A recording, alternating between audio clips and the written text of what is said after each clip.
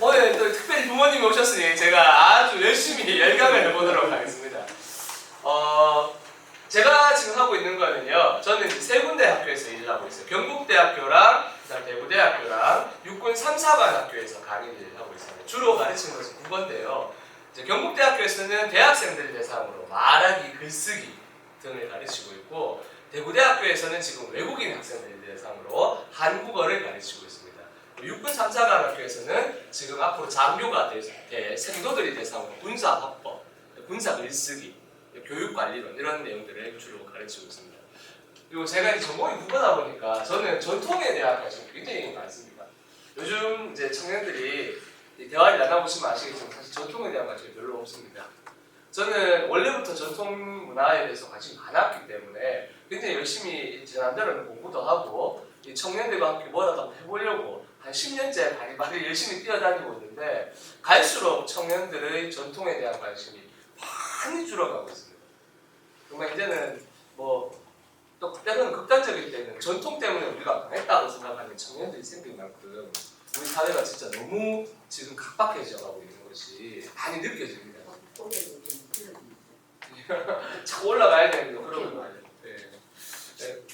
근데 다행히 이제 문화체육관광부랑 대구시가 그래도 이런 시대에 맞게끔 또 예산을 편성해가지고 지역에 계신 분들이 좀 시간을 가지면서 뭔가 좀 새로운 전통적인 것들에 대한 관심을 좀 가질 수도 이런 프로그램을 만들어주고 있어서 아마 시간이 좀 지나다 보면 여유가 조금 생기다 보면 다시 회복이 되지 않을까 하는 생각이 듭니다.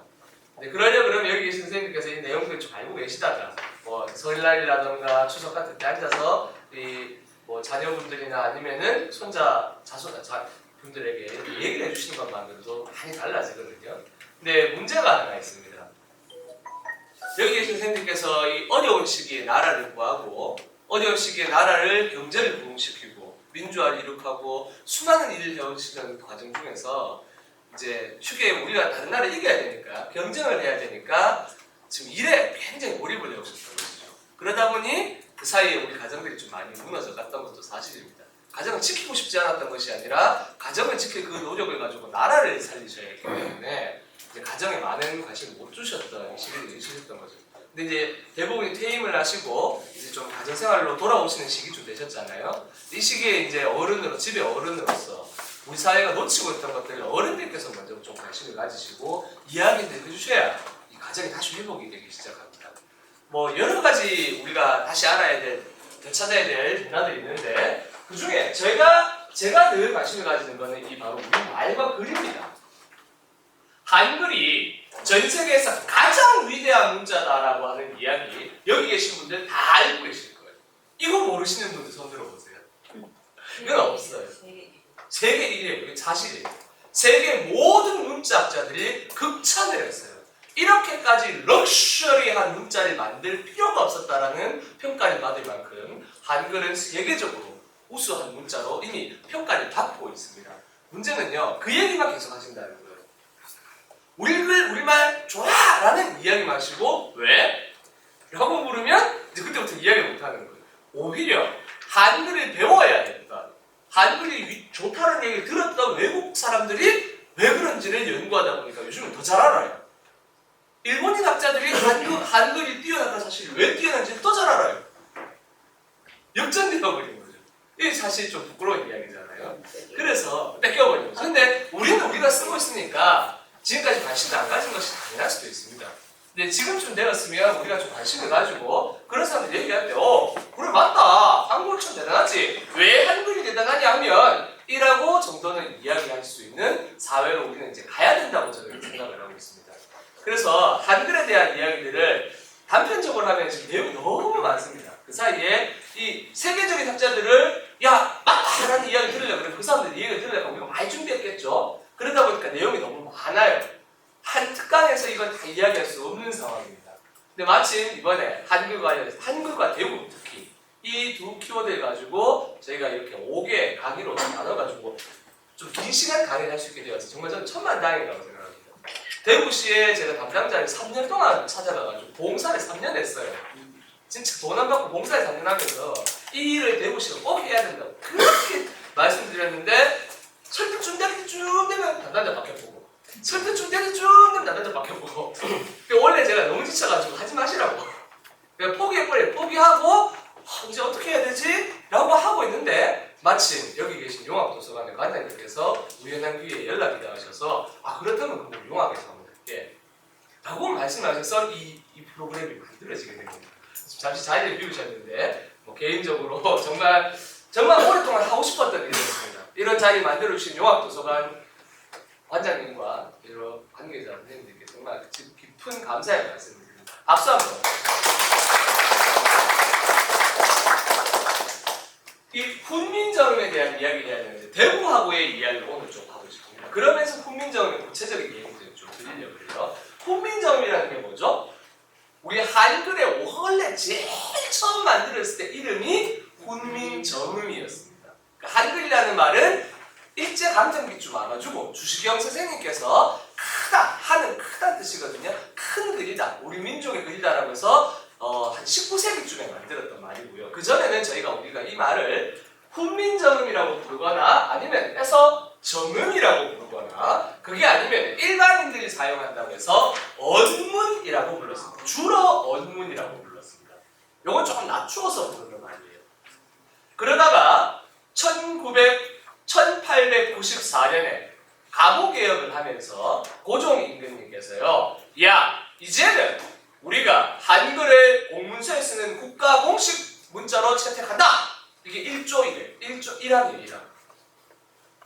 그렇게 하면서 이 말이 국문, 지금 우리가 쓰고 있는 국어국문학이라는 말을 할 때 국문이라는 말이 되었습니다. 한글 만들어지고 500년 만입니다.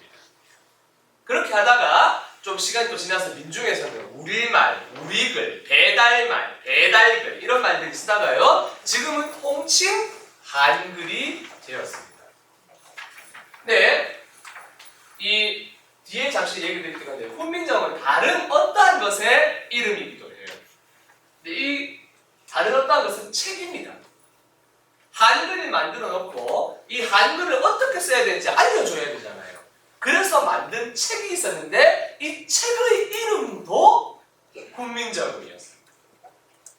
그 책이 조선왕조 초기에 세종대왕 때 만들어진 굉장히 귀중한 책이에요. 한글이 위대하다는 사실을 알려줄 수 있는 게 이 책이 있기 때문입니다. 이 책에 어떻게 한글이 만들어졌는지를 상세하게 기록을 해놨습니다. 그런데 조선 500년 동안 이 책이 사라졌습니다. 어떠한 이유에 의해서 이 책이 사라졌다가 1940년에 안동에서 발견됩니다. 한 500년간 책이 사라진 거예요. 그냥 발견이 되고 난 이후에 이 책을 드러내야 되는데 40년이면 아직 우리가 광복을 안 했을 때잖아요. 이 책이 일단 사실 일본에게 들키게 되면 책이 사라질 위기에 놓여있기 때문에 조선어학회에서 이 책이 일단 사실을 알리지 않고 광복 때까지 그냥 일단 사실만 알고 있었습니다.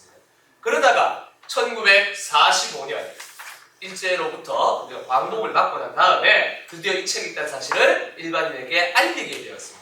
알리려면 사람들이 궁금해할 거 아니에요? 궁금하면 보여줘야 되겠죠? 근데 귀중한 500년 이상 된 책을 그냥 보여줄 수는 없잖아요. 그럼 어떻게 해야지 될까요? 그렇죠. 복사를 해야 되죠. 원래 옛날에 귀중한 책들은 복사를 해서 좋습니다. 복사한 책도 귀한 책이에요. 그래서 지금이야 복사가 워낙 흔해졌으니까 복사가 별게 아니지만 이 복사를 옛날 말로는 영인이라고 합니다. 뭐라고요? 영인. 영인 했는 분도 옛날에도 굉장히 귀중한 한분들이에요. 근데 이 한분 영인을 제일 처음 한 곳이 어딘 줄 아십니까? 우리 대구입니다. 근데 그 사실이 알려져 있지 않는 거예요. 불과 10년 전까지만 해도 대한민국 최초의 영인지가 서울인 줄 알고 있었습니다. 그런데 한 몇 년 전에 경북대학교에서 연구를 하다가 우연히 이 책의 최초 영인지가 대구라는 사실을 최근에 와서야 알게 되었습니다. 그래서 그곳에다가 표지석 하나만 세워달라고 제가 대구시를 3년 동안 찾아갔어요. 딴 거 다 필요 없다. 내 돈 뗄게. 내가 돈을 낼 테니까 여기다 표지석 좀 세워둬 하면서 지금 앞으로 2022년이 되면 그 간송미술관, 이 책을 가지고 있는 간송미술관에 대구 지점이 생겨요. 220억 정도를 투자해서 만드는데 그게 오게 되면 이거 대구 시산 220억 정도 투자해도 이 책의 가치가 1조예요. 연구 전시를 해요. 1년에 2번밖에 전시하지 않는 것을 연구 전시하는 거예요. 돈 벌었는 거죠. 근데 훈민정음 해례문이 대구로 온다 하는데 대구 사람들이 대구가 가장 인연이 깊은 이 여인지가 대구라는 사실을 모르고 있는 거예요. 그래서 제가 이걸 용합 도서관장님께 이거 진짜 사람들이 알아야 됩니다. 좀 알려주십시오라고 부탁을 해서 이 강의가 사실은 시작이 된 겁니다. 10월 9일 날은 한글날입니다. 우리나라 5대 국경인 중 하나예요. 한글날은 3.1절, 광복절, 제헌절, 개천절과 더불어 한글날이 5대 국경이 됩니다. 네, 예전까지는 4대 국경이었어요. 한글날이 국경이 아니었어요.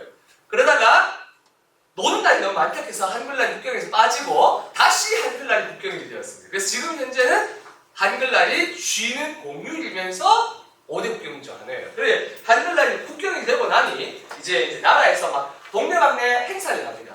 10월 9일 다가오면 신문에 기사들이 엄청 나가요. 근데 사실 기자들도 잘 몰라요.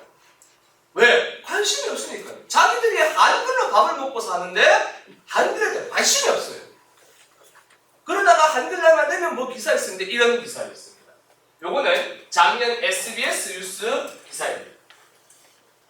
자랑스러운 우리 유산이자 유네스코 세계 기록유산인 한글. 조선왕조실록에 세종 25년 1443년 12월 임금이 원문 28자를 지었다고 되어 있고 3년 뒤인 1446년 9월에 훈민정음이 이루어졌다라고 기록되어 있습니다라고 요 SBS 뉴스에서 방송을 했어요. 이런 거 볼 때마다 야 참 대한민국 큰일 났다. 공영방송에서 국경에 대한 소개를 하면서 기본적인 자존심도 한번 안 해보고 하나 라는 생각을 했습니다. 이거 잘못된 겁니다. 이게 한글날만요 무수히 나오는 이야기 다 잘못된 겁니다. 혹시 뭐가 잘못된지 아십니까? 우리 대구 최초로 한글 조례를 만드신 안경환 의원님 오늘 대구에서 처음으로 한글 조례를 만드신 북구의 안경환 의원님 이 자리에 오셨는데 박수 한번 주시겠어요? 그냥 제가 사회과학 시간에서 대구에 한글 조례를 만들어 달라고 말씀드렸는데 작년에 대구에서 최초로 한글 조례를 만들어 주셔서 수성구에도 그 후에 동료 의원분이 만드신 수성구의 한글 조례가 만들어져 있습니다. 근데 뭐 혹시 뭐가 잘못됐는지 아세요? 부끄러우시죠? 네, 그렇습니다. 아니, 잘 모르시는 거 아니에요. 일반인이 잘 모르시기 때문에. 한글은 유네스코에 등록이 된 적이 없습니다. 한글이 등록된 것이 아니고요. 훈민정음 해례본이라는 책이 세계 기록유산으로 등재가 된 거예요. 세계 기록유산은 책밖에 안 됩니다. 팔만대장경, 그 다음에 직지신경 이런 것처럼 책만 기록 등재가 되는 거예요. 근데 매일 이렇게 써요. 이거 쓰면 안 된다고 얘기 그렇게 많이 하는데 한글이 안 위대하다는 뜻이 아니고 등록이 되는 내용은 정말 공영방송에서 얘기를 하면서 정확하게 얘기를 해야 될 거 아니에요. 훈민정음 해례본이라는 책이 워낙 소중하다 보니까 이 책이 세계 기록유산으로 등재가 된 거예요. 그런데 왜 자꾸 이렇게 나오느냐? 아까 말씀드렸죠? 한글이 처음 만들었을 때 이름이랑 책 이름이 같아요. 둘 다 훈민정음이에요. 그러다 보니까 사람들이 자꾸 한글이 등록이 되었다라고 착각을 하고 있는 겁니다. 이 부분을 우리가 좀 먼저 또 고쳐가야 되는 부분 중에 하나입니다. 근데 굉장히 사소한 문제지만 이렇게 얘기를 해버리면 다음에 오히려 한글에 대한 가치는 떨어지게 됩니다. 문자는 어느 나라 문자를 해본 없이 다 소중한 겁니다. 미국 사람들한테 알파벳이 매우 소중한 거예요. 그 사람들이 삶을 살아가는 데 있어서 그 문자 살리는 데 굉장히 소중한 거기 때문에 특정 문자만 세계유산으로 등재하는 경우는 없습니다. 근데 책이 중요합니다. 알파벳은 정말 잘 만든 문자예요. 우리가 잘 만든 문자 가지고 있다고 해서 알파벳이 아니라는 게 아닙니다. 알파벳은 한글 다음 줄 되는 아주 뛰어난 문자입니다.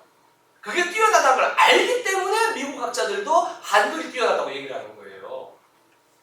그런데 이 영어는 알파벳은요. 누가 언제 어떤 방식으로 왜 만들어졌는지 전혀 알 수가 없어요. 오래됐으니까 알 수가 없는 거예요. 그런데 이 한글은요. 세종대왕님께서 한글을 만드시고 난 다음에 책으로 딱 남겨놓으신 거예요. 내가 요런 이유 때문에 만들었고 누구 시켜서 뭐 만들었고 뭐 해서 어떻게 해서 내가 다 만들었다 하면서 내용을 하나 적어놓으셨어요. 그래서 이 책이 어떻게 된 거냐면 세계 사람들이 맞다. 이래 뛰어난 문자가 어떻게 만들어졌는지를 기록해낸 저 서적이 세계 보물이 아니라면 도대체 무엇이 보물이냐. 이 책은 세계가 인정해야 되는 보물이다 해서 세계 기록유산이라고 하는 이 기록유산이 만들어진 게 1997년도에 전 세계적으로 처음 만들어졌어요. 처음 만들어진 그 해에 등재가 되었어요. 뭐와 함께 됐느냐? 조선왕조 실록과 함께 등재가 되었습니다. 자, 이 두 가지입니다. 훈민정음은요, 요거는 지금 이제 제가 한글을 가르치기 위해서 세계 사람들한테 국가에서 공식적으로 만들어서 배포하는 자료 중에 하나입니다. 한글 이렇게 해놓고 밑에다가 영어로 요게 어떤 의미인지를 상세하게 쫙 적어놨어요. 발음 어떻게 하고 이런 거 쭉 적어놨는데 요거는 문자입니다. 지금은 뭐라고 부른다고요? 한글. 그리고 요 책이 바로 훈민정음 해례본. 요거는 주로 전시회를 할 때 요 페이지를 펴놓습니다. 제가 지금까지 한 2번 정도 읽었는데 2번 다 이 페이지가 펴져 있었어요. 왜 그러냐면 이게 한글 영역 중에서 이 훈민정음 해례본 중에서 제일 한글이 우리 글자가 많이 등장하기 때문에 요거는 용자래라고 하는 건데 글자를 실제로 한번 써봤다. 우리말에 한번 써봤다 이런 뜻인데 이런 거예요. 초성이 기역일 때는 감이라고 하는 말이 같다. 우리말의 감이 뭡니까? 감. 먹는 감이죠? 그래서 감이랑 같은 것인데 그게 뭐가 되냐면 요 감식자예요. 한자로. 요 감이다. 한자로 뜻을 풀어주고 한글로 우리는 지금 보면 감이 되고 나죠? 글자가 처음 만들어졌는데 이 감이 왜 알아요? 그러니까 요렇게 쓴데 그리고 처음 난 소리가 기역이야 라고 해서 초성 기역 여감위 시 이렇게 딱 적어놓고 밑에도 비슷해요. 골짜기는 이렇게 쓰고 그 다음에 우산은 국회였는데 이렇게 쓰고 뭐 이런 거 쭉 나옵니다.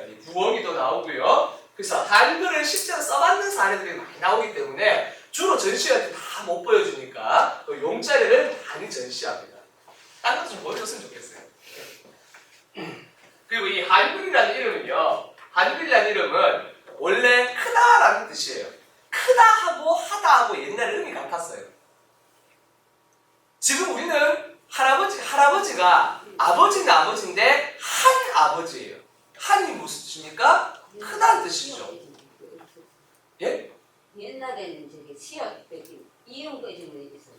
이음까지만요? 예, 이음까지 있고 이제 땡이라 가지고 이리고개 있고 아직은 뒤에 치우칸 게 없었어. 우리들 그지.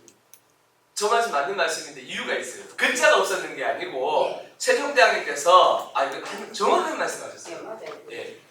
받침을 여러 개 쓰면 귀찮으니까 예, 맞아요. 받침 8개만 쓰라 했어요. 이거를 훈민정음 해례본에 나오는 말인데 팔종성 가적용이라고 불러요.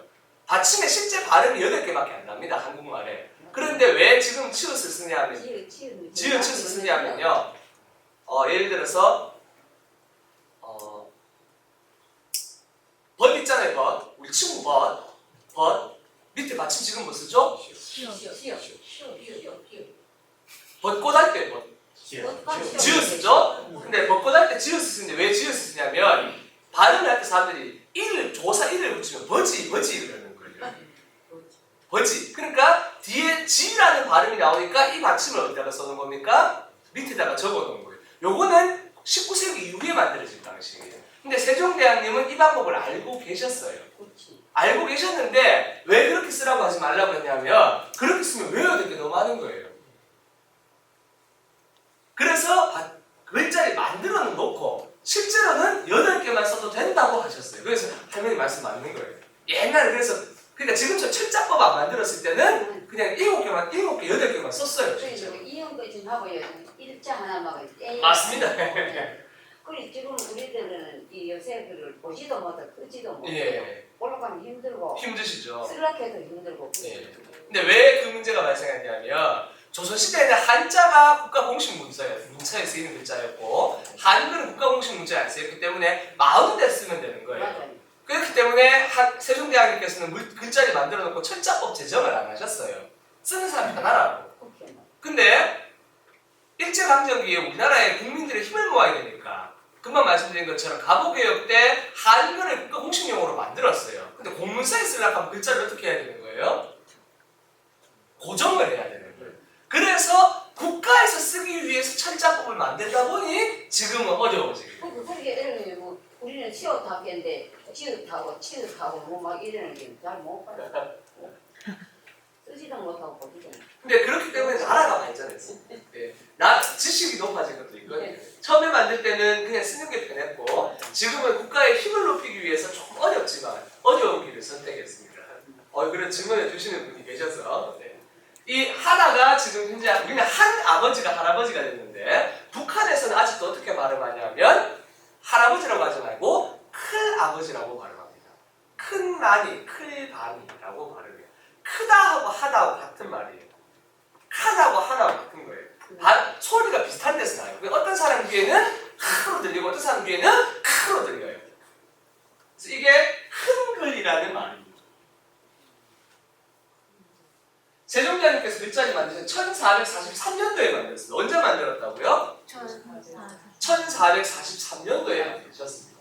10월에 이 달에 상, 침제, 업문 28자 요 상이 임금님을 나타내는 글자예요. 주상 전하 납시오 할 때 그 상입니다. 임금님을 나타내는 글자는 이상자였습니다. 그리고 뒤에 침제, 직접 만드셨다라고 되어 있어요. 이거를 명확하게 써요. 침제가 아닌데 침제라고 쓰는 경우가 없습니다. 이 말은 한글을 누가 만드셨다는 거예요? 세종대왕님이 혼자 만드셨다는 거예요. 그리고 이거는 정인지라고 하는 이 글을 책을 만드는데 편찬할 때 참여했던 분도 그 얘기를 하셨어요. 도저히 믿을 수는 없지만 세종대왕이 혼자 만드셨다고.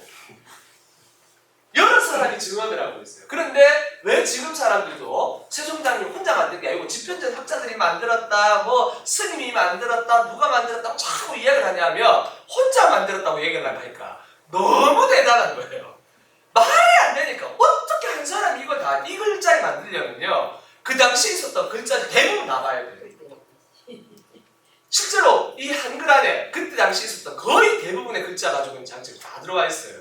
그러니 말이 안 되는 거예요. 어떻게 한 사람이 이 모든 문자와 언어를 다 배워가지고 이 글자를 만들 수 있냐. 이건 절대 불가능하다. 분명히 누가 좋아졌는데 임금님이니까 그렇게 하면 했겠지라고 생각을 하는데 절대 그렇지 않아요. 조선왕조 때는 있는 그대로 써요. 그리고 밑에 그러니까 참여했던 집현전 분들도 계속 그 얘기를 해요. 진짜 깜짝 놀랐다 하면서.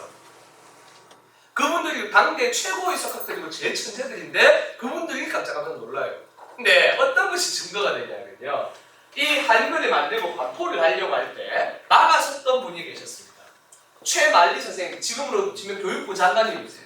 교육부 장관님이 내 목을 치든지 이걸 반포한 누리를 해라. 강력하게 반대를 하셨는데 이분은 나쁜 분이 아니에요. 세종대왕님 옆에서 세종대왕님의 정책을 가장 오랫동안 보필했던 분 중에 한 분인데 단 한문에 대한 애정이 굉장했던 분이에요. 그래서 이분 12가지 조목을 쪼목쪼목 들어가고 외교, 정치, 국방 수많은 이 12가지 조합을 들어가지고 한글 반포에 나는 반대입니다! 그래서 8명의 자기 다른 친구들 이 사람들이 데리고 와가지고 집현자학자들이 데리고 와가지고 반대를 했는데 12항목에 대해서 세종대왕님께서 어떻게 하냐면 한 조목 대답을 하세요. 토론을 해주는 거예요. 맨 마지막 12목, 상소문 12개 항목이었는데 12개 항목이 다 끝나고 난 다음에 세종대왕님이 화가 나셨어요.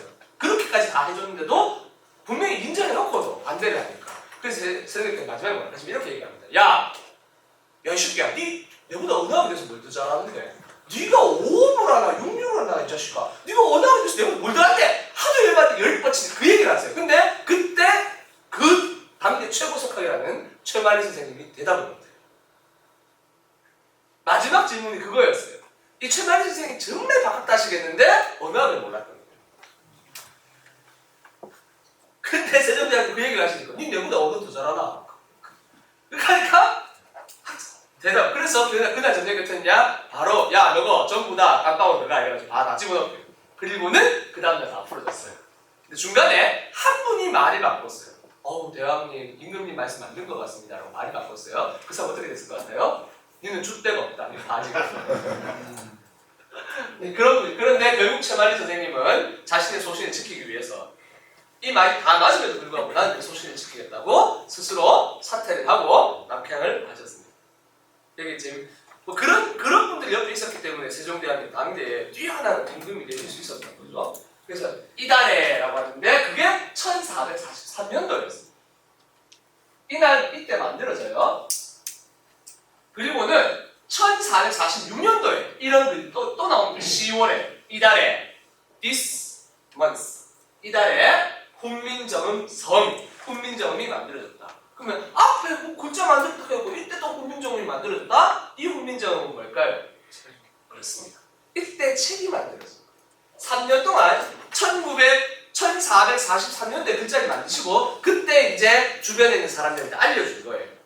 봐라! 하면서 딱 보여주고 그때 보여줬던 내용 안에 뭐가 있었냐면 나라 말삼이 빙기게다라 문자어로 서로 삼았디 아니할세 이런 전차로 어린 백성들이 이루고도 흘리셔도 마침내 제 뜻을 실어 표지 못할 놈이 아니라 내 일을 위하여 28짜리 맹가노니 사람마다 해여 수비인이겨 날로 쓰매 편하게 하는 따름이니라 했던 우리 억수로 많이 듣고 자란 그 문장을 그때 1443년도에 만들면서 사람들에게 알려주었어요.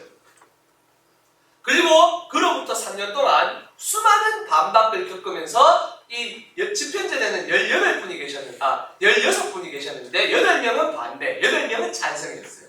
이 찬성했던 8명의 학자들과 함께 만든 책이 훈민정음 해례본. 우리가 이걸 훈민정음 해례본이라고 부르는 해례본은 책 이름은 아니에요. 훈민정음의 이름을 가지고 있는 책이 많기 때문에 그런 글이 많기 때문에 이 책을 특별히 부르기 위해서 우리가 뭐라고 부르는 겁니까? 해례본이라고 부르는 겁니다. 해례가 글자 만든 원리를 풀어놓은 것. 해석했다. 사례를 들었다. 해석과 사례를 들어놓은 판본이라고 해서 우리가 이것을 해례본이라고 부르는 겁니다. 그리고 난 다음에 1446년에 그 밑에다 이게 세종실록에 나오는 거예요. 그러니까 세종실록에 훈민정음 해례본 다 실지는 않았지만 중요한 거 몇 개는 적어놨어요. 그 앞에 이 글이 나오는데 어제왈 임금님께서 직접 만드신 이 책에 이르기를 국지여음 이호중국 여문자 불상교통 이게 우리말로 바꾸면 해례본 처음 만들었을 때 이렇게 쓴 거예요. 왜? 글자가 없으니까. 그 실록에 쓸 때는 뭘로 써야 되겠습니까? 한문을 써야겠죠. 국지여음 나라 말상이 이호중국 뒤무기가 달아 중국과 달라 여문자 불상교통 문자가 서로 다름으로 통하지가 않는다. 이렇게 이제 쭉 적어 놓으신 거예요. 요거를 언제 보여준 겁니까? 처음 글자 만들고 사람들한테 보여주고 요것만 보면 글자를 쓸 수가 있거든요. 왜 만들어졌는지는 모르지만 쓸 수는 있어요. 이걸 읽으면. 그래서 이렇게 해석본인데 넘어가겠습니다. 혹시나 책 보시다가 궁금하실까 싶어서 제가 뒤에다가 해석본을 넣어놨습니다. 요거는 실록에 나오는 기록이에요. 자, 요거는 1446년에 편찬된 책인데 요 판본이 바로 조선왕조 실록이에요. 실록에 요 페이지에 가면 이렇게 돼 있어요. 요 지금 쭉 돼 있는 부분 있죠? 어디서부터 나오냐면 훈민정음이 만들어졌다. 어제왈 이 책에 이르기를 국지여음 이호중국 여문자 불상유통 이렇게 쭉 나갑니다. 그리고 맨 끝에 요런 데 있어요. 일용 이 했는데 이 귀자예요. 귀자가 지금 한자에서는 그렇다 이런 뜻이에요. 다. 그런데 이 책은 훈민정음 해례본입니다. 우리가 지금 40년대에 발견된 그 책인데 이 책이 처음 발견되었을 때 첫 장이 없었어요. 안타깝게도 첫 장이 찢어진 상태로 발견이 되었습니다. 그래서 지금 우리가 가지고 있는 것은 복원되어 있는 판본입니다. 두 번째 판본이 상주에서 발견됐는데 앞에 4장이 찢어져 있었습니다. 그래서 아직까지도 진짜 훈민정음 해례본이 첫 장이 어떻게 만들어져 있는지 첫 장의 제목이 무엇인지를 우리가 알 수 없어서 아직까지도 학계에서 싸우고 있습니다. 이게 어제 훈민정음이었을까? 훈민정음이었을까? 그것도 아니라면 세종 어제 훈민정음이었을까? 굉장히 고민을 많이 하는데 훈민정음으로 보고 있습니다. 왜 그러냐면 요 문장이 있기 때문에 그래요. 그래서 이 책 처음 발견됐을 때 찢어져 있었는데 이 책을 발견한 분이 서해 가셨어요. 글을 굉장히 잘 쓰시는 분이었는데 본인이 앞에 장이 찢어져 있으니 이걸 복구하기 위해서 뭐를 보고 복구를 했냐면 이 실록을 보고 앞부분이 아마 이랬을 것이다라고 복원을 해놨습니다. 지금. 서체는 조선시대 때 한 글자를 가장 잘 썼다고 이야기하는 안평대군의 서체입니다. 세종대왕님의 아드님이시고요. 그리고 이분이 몽유도원도라고 하는 지금 일본에 가 있는 그림 있죠? 굉장히 비싸다는 그 그림의 꿈의 주인공이에요. 안평대군 꿈을 가지고 그린 그림이 몽유도원도예요. 거기에 이분 글이 쓰여져 있는데 안평대군의 글을 지금도 그 복사본만 가지고 있어도 돈이 한 장에 1000만원씩 해요. 그 안평대군이 직접 이 글을 썼어요. 이게 안평제문체입니다. 그러니까 지금 문화재적 가치가 굉장히 높은 거죠. 네. 그런데 이분이 옮겨 쓰시다가 실수를 했어요. 자기가 이 실록을 보고 쓰다가 여기는 분명히 귀자에 써놨잖아요. 근데 요것도 뜻이 뭐뭐이구나 라는 뜻이고 요것도 의자인데 뭐뭐이구나 라는 뜻이에요. 그러다 보니까 글을 읽다가 옮겨 쓰다가 이분 실수를 해가지고 글자 잘못 써봤어요. 지금 훈민정 해례본 우리 국보 70호 훈민정 해례본의 첫 장이 잘못되어 있어요. 이걸 교정을 할까 말까 하다가 그래도 이게 잘못된 이것도 역사이기 때문에 얘를 놔놓고 역사를 그대로 이해할 어차피 찢어서 없으니까 그대로 둔다라고 해서 지금 그대로 두고 있습니다. 이 책은 지금 현재 단송본과 상주본으로 나뉘어져 있는데요. 두 판본이 있습니다. 단송본은 안동본이라고도 부릅니다. 처음에 어디서 발견되었을까요? 안동에서 발견됩니다. 근데 이게 논란이 있어요. 지금 최종 소장자는 단송 전형필이라는 분입니다. 혹시 전형필 선생님 아시는 분 손 들어보세요. 들어는 봤다 내가. 네, 몇 분 계시네요. 이분이 조선에서 제일 잘 나간 지금의 거의 뭐 SK급 그룹의 대재벌집 아들내미였는데 나라가 망하고 난 다음에 아버지가 물려준 재산을 가지고 전국에 흩어져 있는 일본이 가지고 가려고 지금 막 유출해 가려고 하는 보물들을 자기 재산으로 다 사서 개인 소장을 하고 있다가 지금 현재 보존을 했는데 결정적 기여를 하신 분입니다. 이분이 자기가 지금 우리가 신윤복의 미인도 이런 것도 여기 다 가지고 있는 거예요. 일본으로 유출되던 그 보물들을 자기 재산으로 많이 모으셨어요. 이제는 좀 달라요. 예, 그렇죠. 생각하셔도 괜찮죠. 근데 이분이 자기가 소장했던 것 중에서 제일 소중하게 생각했던 책이 보물이 뭔지 아세요? 훈민정 해례본이었어요. 그래서 이거 뺏길 거 6.25 때 북한이 쳐들어왔을 때 이걸 서울에 있으니까 뺏길 거 아니에요? 일단은 잔뜩 급하게 막 묻어놓고 왔는데 딱 한 개는 배에다 집어넣고 피라는 거였어요. 그게 해례본이었어요. 해례본 잃어버릴까봐 몸에다 꽉꼭 숨기고 도망을 다니셨어요. 그렇죠? 그리고 이제 지금 이제 그게 그 판본이 살아남아서 우리에게 알려져 있고 이 지금 간송미술관이 굉장히 작아요. 미술관 자체가 굉장히 작은 사립미술관 작은데 보관되어 있는 보물들이 굉장히 뜻깊은 것들이 많아요. 그 보물들이 지금 어디로 가지고 오려고 하는 거예요? 우리가 대구로 가지고 올라가는 거예요.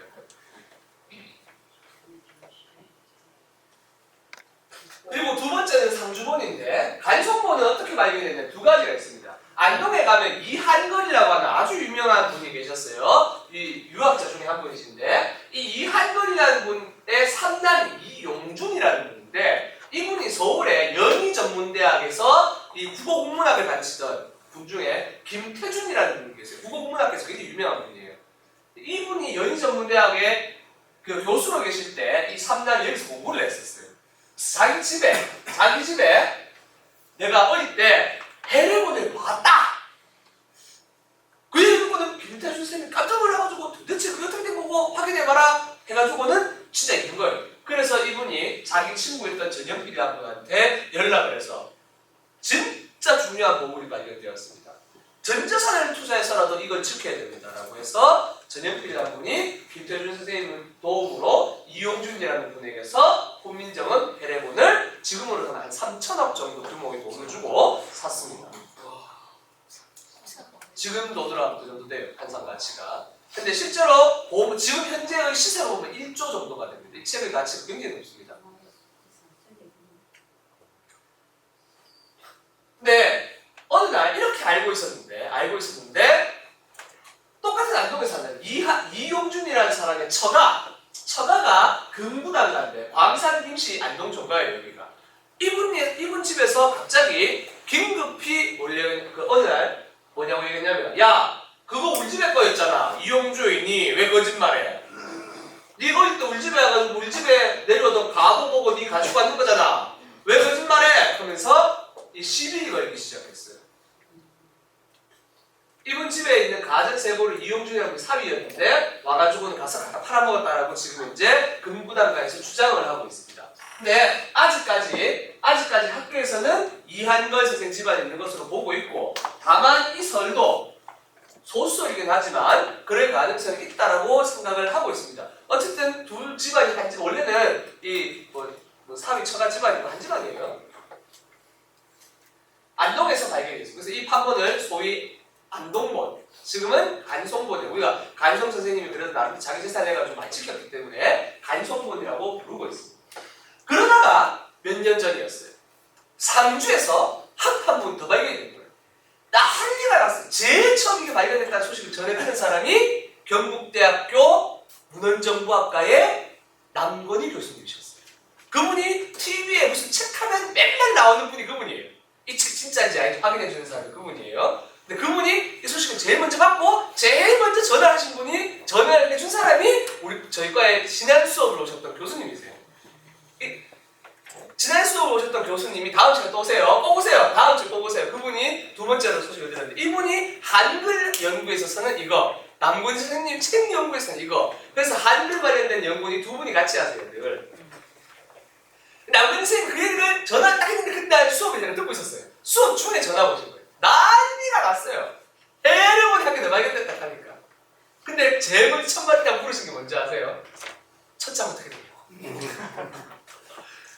첫장 어떻게 되냐고. 그런데 확인하니 내장이 낙창이라는 거예요. 김새 뻘렸어. 그래서 이제 그렇게 했는데, 그때 발견되고 난 다음에 딱 한 번 보고 난 다음에 무슨 일이 발생했냐면, 백이라는 사람이 발견했다고 얘기했는데 이 사람도 또 소송에 걸렸어요. 지금은 이 사람이 가지고 있어요. 백이라는 사람이. 이 조용훈이라는 골동품상이 있었는데 이분한테 책을 사가면서 가져가 버린 거예요. 그렇다고 소송을 했어요. 근데 백기 씨는 끝까지 아니라고 얘기를 하고 있고, 정황상 지금 이제 검찰은 가지고 가는 걸로 보고 있어요. 근데 이분이 몇 년 전에 소송을 걸다가 돌아가세요. 조용훈이라고. 돌아가시면서 하신 말씀이 뭐냐면, 금부당과도 마찬가지인데, 야, 돈 필요 없다. 이미 갖는 걸 못 얘기하노. 그냥 역사만 얘기해도, 우리 집에 있었다 하고만 얘기해도, 이 조용훈이라는 분도 뭐라 했냐면 이렇게 얘기했어요. 그거 국가에 기준할게. 원래 우리 집에 있었다 하고만 얘기해도 내 평생 명예다. 돌아가시면서 국가에다가 뭐냐면 기준을 해버린 거예요. 이 책은 지금 국가 소유인데 가지고 있기는 백이라는 사람이 가지고 있어요. 근데 이분이 처음에는 내가 생각 좀 했는데 시가가 1조라는 얘기를 듣거든. 사람이 돈에 눈이 멀어버린 거죠. 아직까지 안 듣고 있어요. 근데 이 책을 같이 써야 되니까 이러지도 저러지도 못하고 있어요. 이 사람이 이 책을 가지겠다고 대구 국가에다가 3천억 달라했어요. 3천억 주면 책 주겠다고 지금. 그렇게 했다가 안 되니까 국회의원, 지난번 선거 때 국회의원 나왔다가 이번에 또 하여튼 여러 가지 얘기하시던데, 저분 진짜 진정한 사람이었어. 그렇게 안 해요. 근데 이분이 무죄 판결이 받았어요. 무죄 판결 받을 때 판결 조건이 뭐였냐면은 책을 내어놓겠습니다. 무죄 해주세요라고 해서 무죄 판결을 받았는데 지금까지 안 내놓고 있어요. 행정 집행을 하고 싶어도 책이 어디인지 몰라요. 근데 천만 다행으로 저 책이 엄청 소중한 책은 아니에요. 우리에게 뭐가 있기 때문에 간송본이 있었어요. 이 책이 만약에 첫 장에 있는 책이었다 이러면 난리 나는 거예요.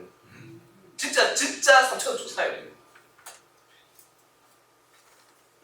이분입니다. 간송전형 PD라는 분인데 TV에도 여러분 최근에 여러 분 나왔어요. 지금까지는 별로 안 알려져 있어요.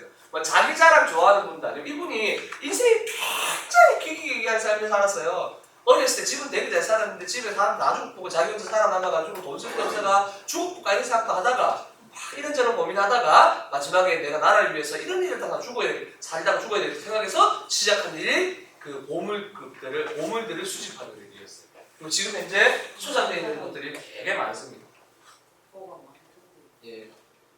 요거는 이제 전시회할 때 나가는 건데요. 국어학자들도 이 책 보려고 그러면 1년에 딱 2번밖에 못 봐요.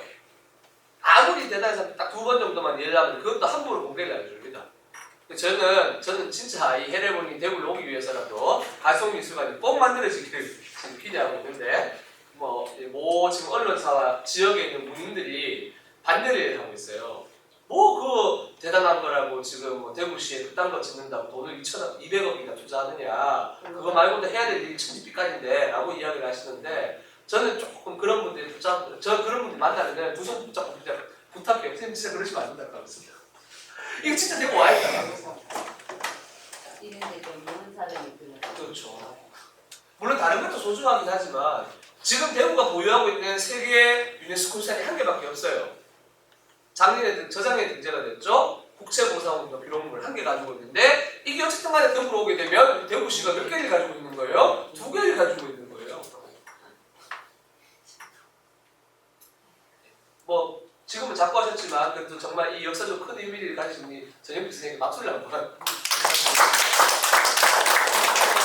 이런 분들이 진짜 노블레스 오브 리저잖아요. 자기 재산 내가지고 나라를 위해서 큰일을 하시는 거죠. 우리 집은 기름을 남겼잖아. 그 다음에 이제 몇 가지 책을 얘기해 드리려고 하는데요. 한글이 만들어졌어요. 근데 만들어지고 난 다음에 이 연습을 해봐야 되잖아요. 연습을 하려고 하니까 책을 찍어봐야 돼요. 그렇지 않습니까? 책을 찍어봐야 되는데, 이 찍어보려고 하니까 책을 뭘 만들어야 되냐? 책도 함부로 못 만들어요. 국가에서 교과서에 만들어갖고 우리 국정교과서 잘못 만들어가지고 시급했잖아요. 뭐 이런저런 내용들. 그러니까 국가에서 책을 만드는 국가에 세금이 나가기 때문에 고민을 많이 해야 되는데, 처음 만든 문자로 시작하자마자 국가의 중요한 책을 만들기 어려웠어요. 논란이 있을 수 있기 때문에. 연습을 해야 되잖아요. 근데 그렇게 한다고 아무 책이나 찍을 수는 없어요. 굉장히 고민을 많이 했어요, 세종대왕께서. 그래서 한글이 만들어지고 세종대왕 당대 총 4종류의 책이 만들어집니다. 이거를 한글 초창기 4대 서적이라고 부릅니다. 한번 따라해 보실까요? 훈민정음, 혼민정음, 석보상절, 월인천감지고,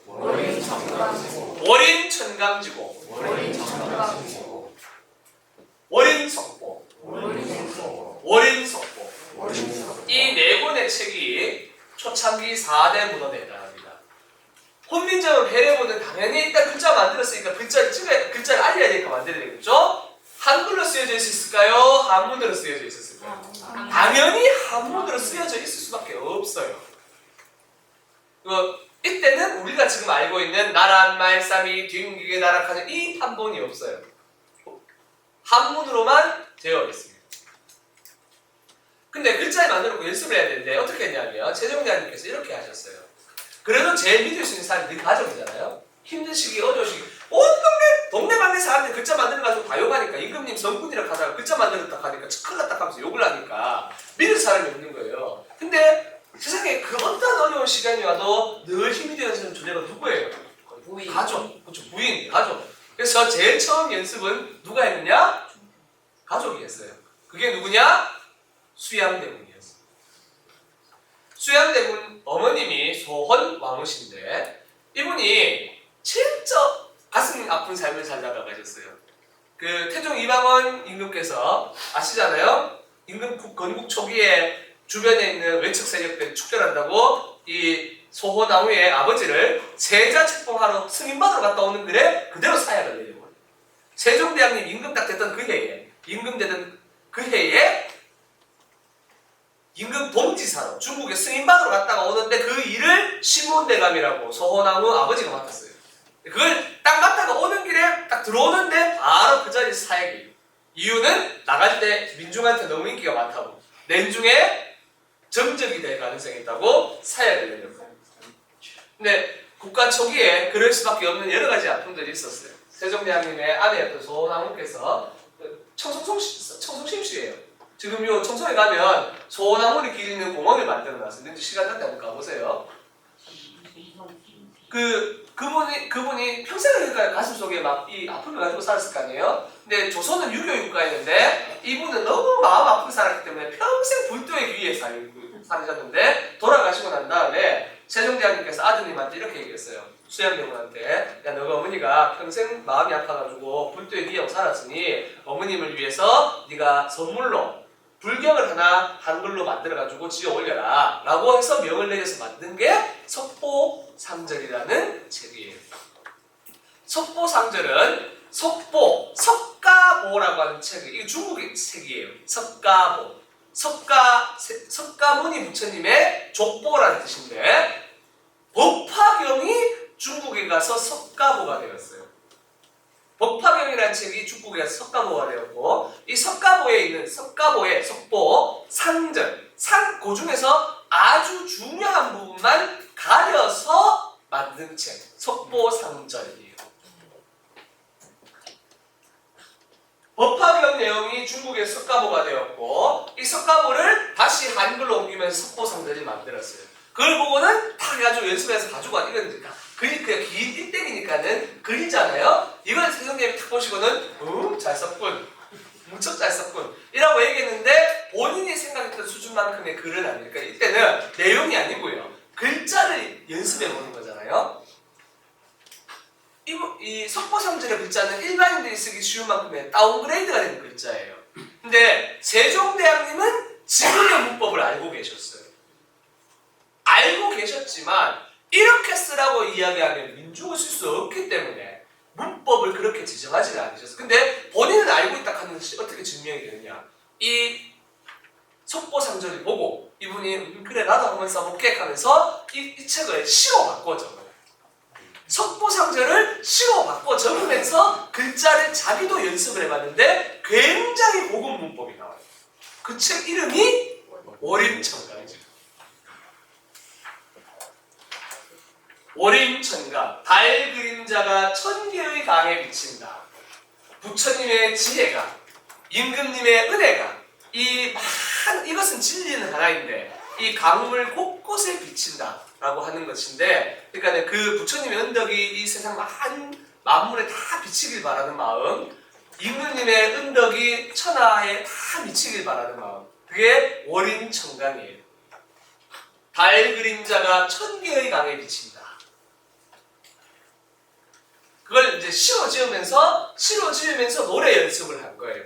요 두 가지를 활용해서 드디어 글자가 이제 어느 정도 연습이 되었기 때문에 이제는 조선의 것을 해야죠. 조선의 역사와 문화를 담은 역사서를 한 편 편찬합니다. 그 책 이름이 용비어천가입니다. 유교의 국가인 조선이 어떻게 만들어지게 되었는지를 써놓은 책입니다. 잠시 보실까요? 용비어천가입니다. 1447년에 간해라는 것으로 나옵니다. 1445년도에 글이 완성되고 한 2년 정도 편찬에 준비돼서 간행이 된다고 나오는데, 이 중에서 제2장에 나오는 구절이 완전히 우리말로만 되어 있어요. 그래서 이 구절이 제일 유명합니다. 읽어보겠습니다. 그렇죠. 불이 깊은 남간. 따라해보세요. 불이 깊은 남간. 바람에 아님일세. 곧ď고 여름 하나니. 샘이 깊은 물은 가말에 아니 그칠세. 내히 일어 바람에 가나니. 이건 이제 우리말 문적이고 옆에다가 한문으로 혹시 모를까봐 뜻도 적어놨어요. 요거 보고 뜻을 아는 거예요. 불이 깊은 남간, 불이가 깊은 나무는 바람에 아니 일세. 바람에 아니 흔들림으로 꽃 좋고 여름 하니. 그렇기 때문에 꽃이 좋고 열매가 많다. 샘이 깊은 물은, 샘이 굉장히 깊은 물은 가말에 아니 그칠세. 가뭄에도 그치지가 않으니 내히 일어, 내를 이루어 바다에 가나니. 바다로 가나니. 조선의 역사가 이렇게 되길 바라는 거죠. 조선이 어느 하루아침에 만들어진 게 아니다. 우리 조상님이 조선 만들기 전에도 저 윗때부터 은덕을 많이 쌓아가지고 우리 태조 임금님께서 그 은덕으로 조선을 세웠고, 그렇기 때문에 우리는 뿌리가 깊어서 앞으로 오랜 세월이 조선이 이어질 것이다 라고 얘기했는데 얼마나 갔어요? 600년 갔어요. 보통 나라가 300년 만에 망하는데 전 세계 300년 넘긴 나라 별로 없습니다.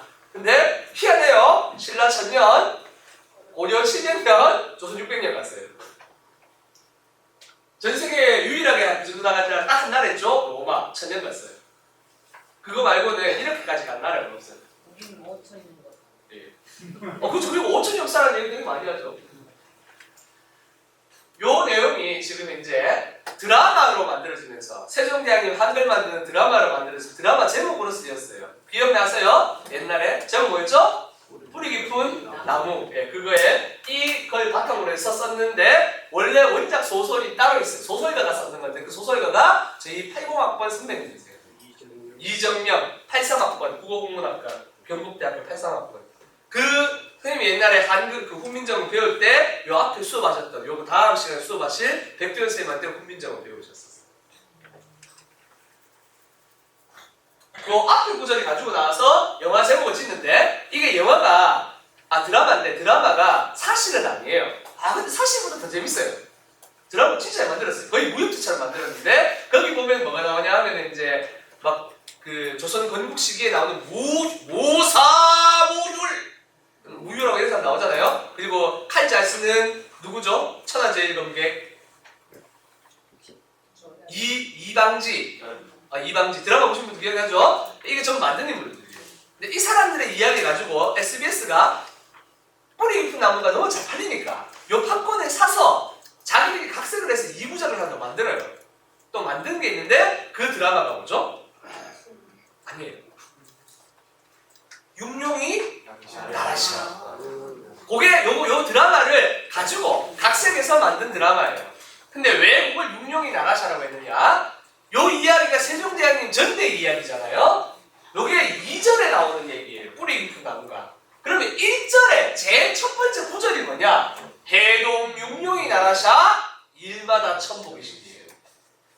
1절에 해동 육룡이 나라샤라고 나와요. 거기서 뭘 가지고 온 거예요? 육룡이 나라샤를 가지고 왔는데 이때 육룡은 조선의 역대 임금 6명을 얘기하는 거예요.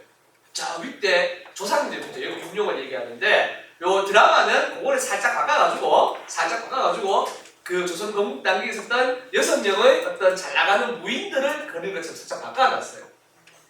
근데 드라마가 어떻게 됐는지 그게 중요한 것이 아니라 이런 데서 가지고 왔다는 것이 재밌는 것이죠. 그래서 전혀 다 모르더라고. 조선 초기에 세종대왕님께서 한글 만들고 훈민정음을 만들었고 우리나라에서 유명한 모든 백성이 다 사랑하는 임금이 누구십니까?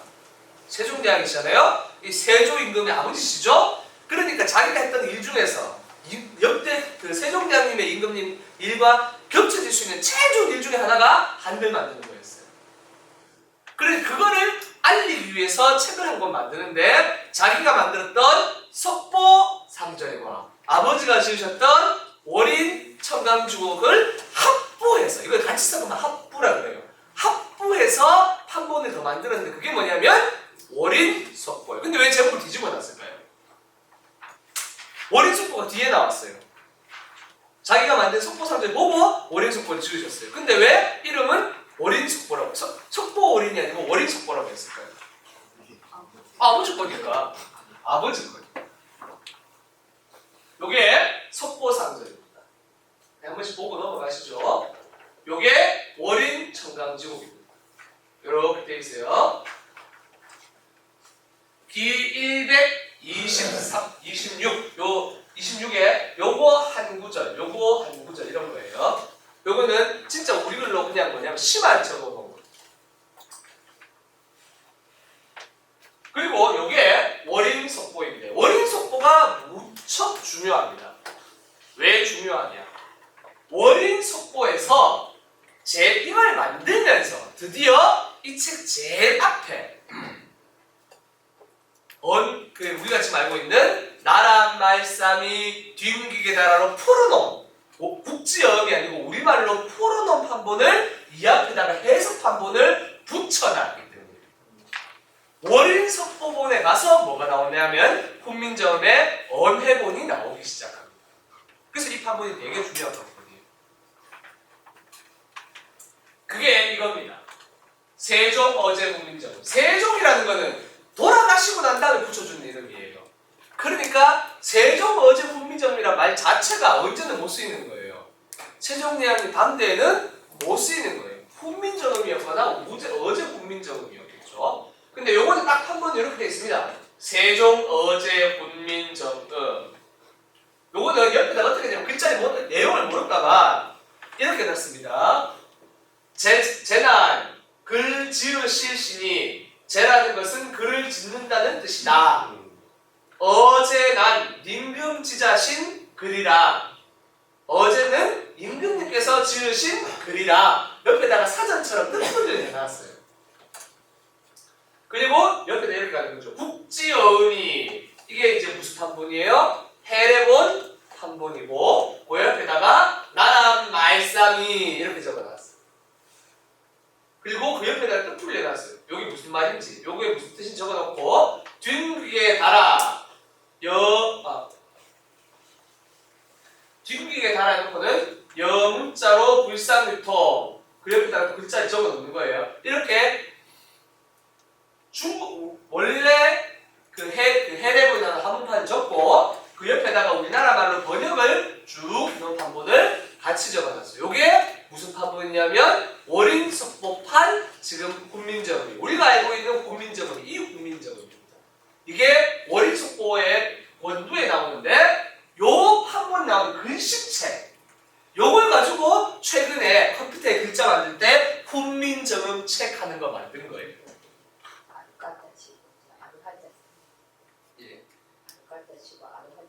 예, 요거 알아야 죠. 지금은 싸 이렇게 있습니다.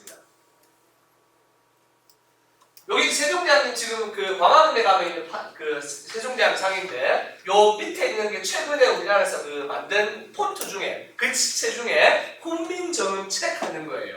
훈민정음체로 세종대왕이라고 적어놨는데 요 서체가 어디 서체냐면 아까 보셨던 월인석보 원두에 나오는 세종어제 훈민정음이라고 하는 그 책의 글자를 가지고 만든 서체예요.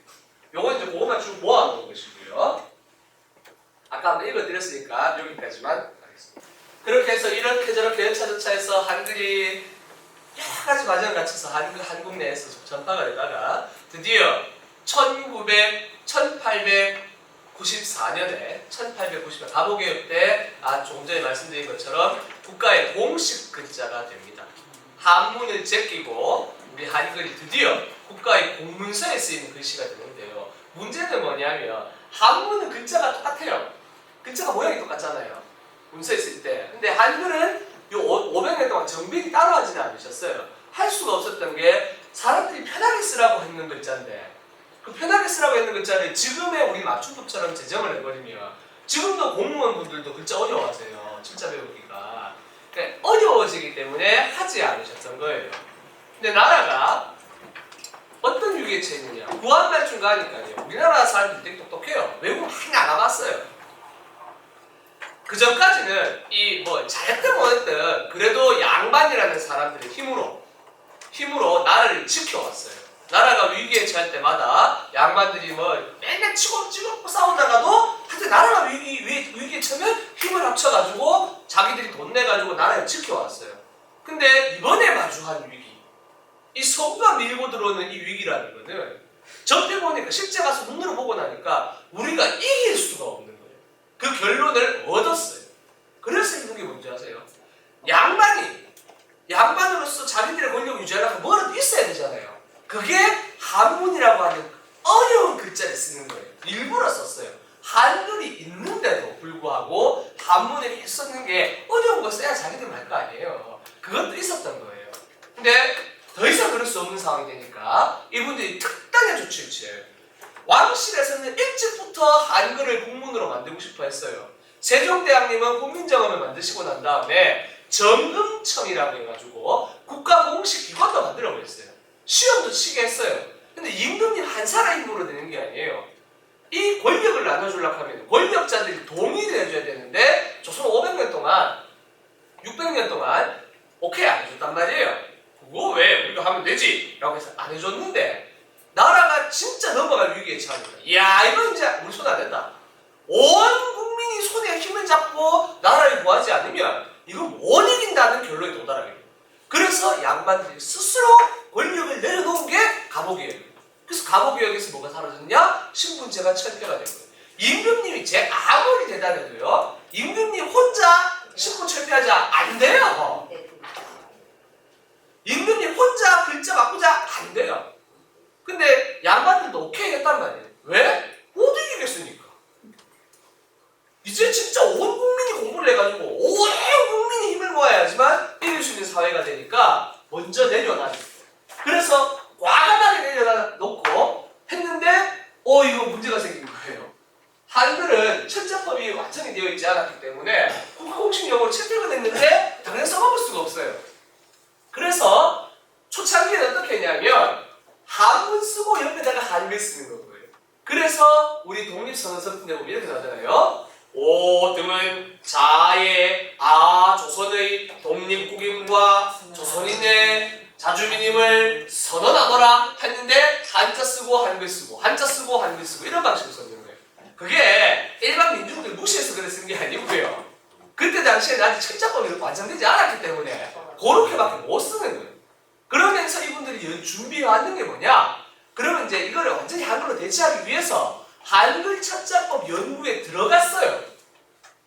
1907년에 국가에서 공식적으로 지석영이라는 분하고 주시경이라는 분이 계세요.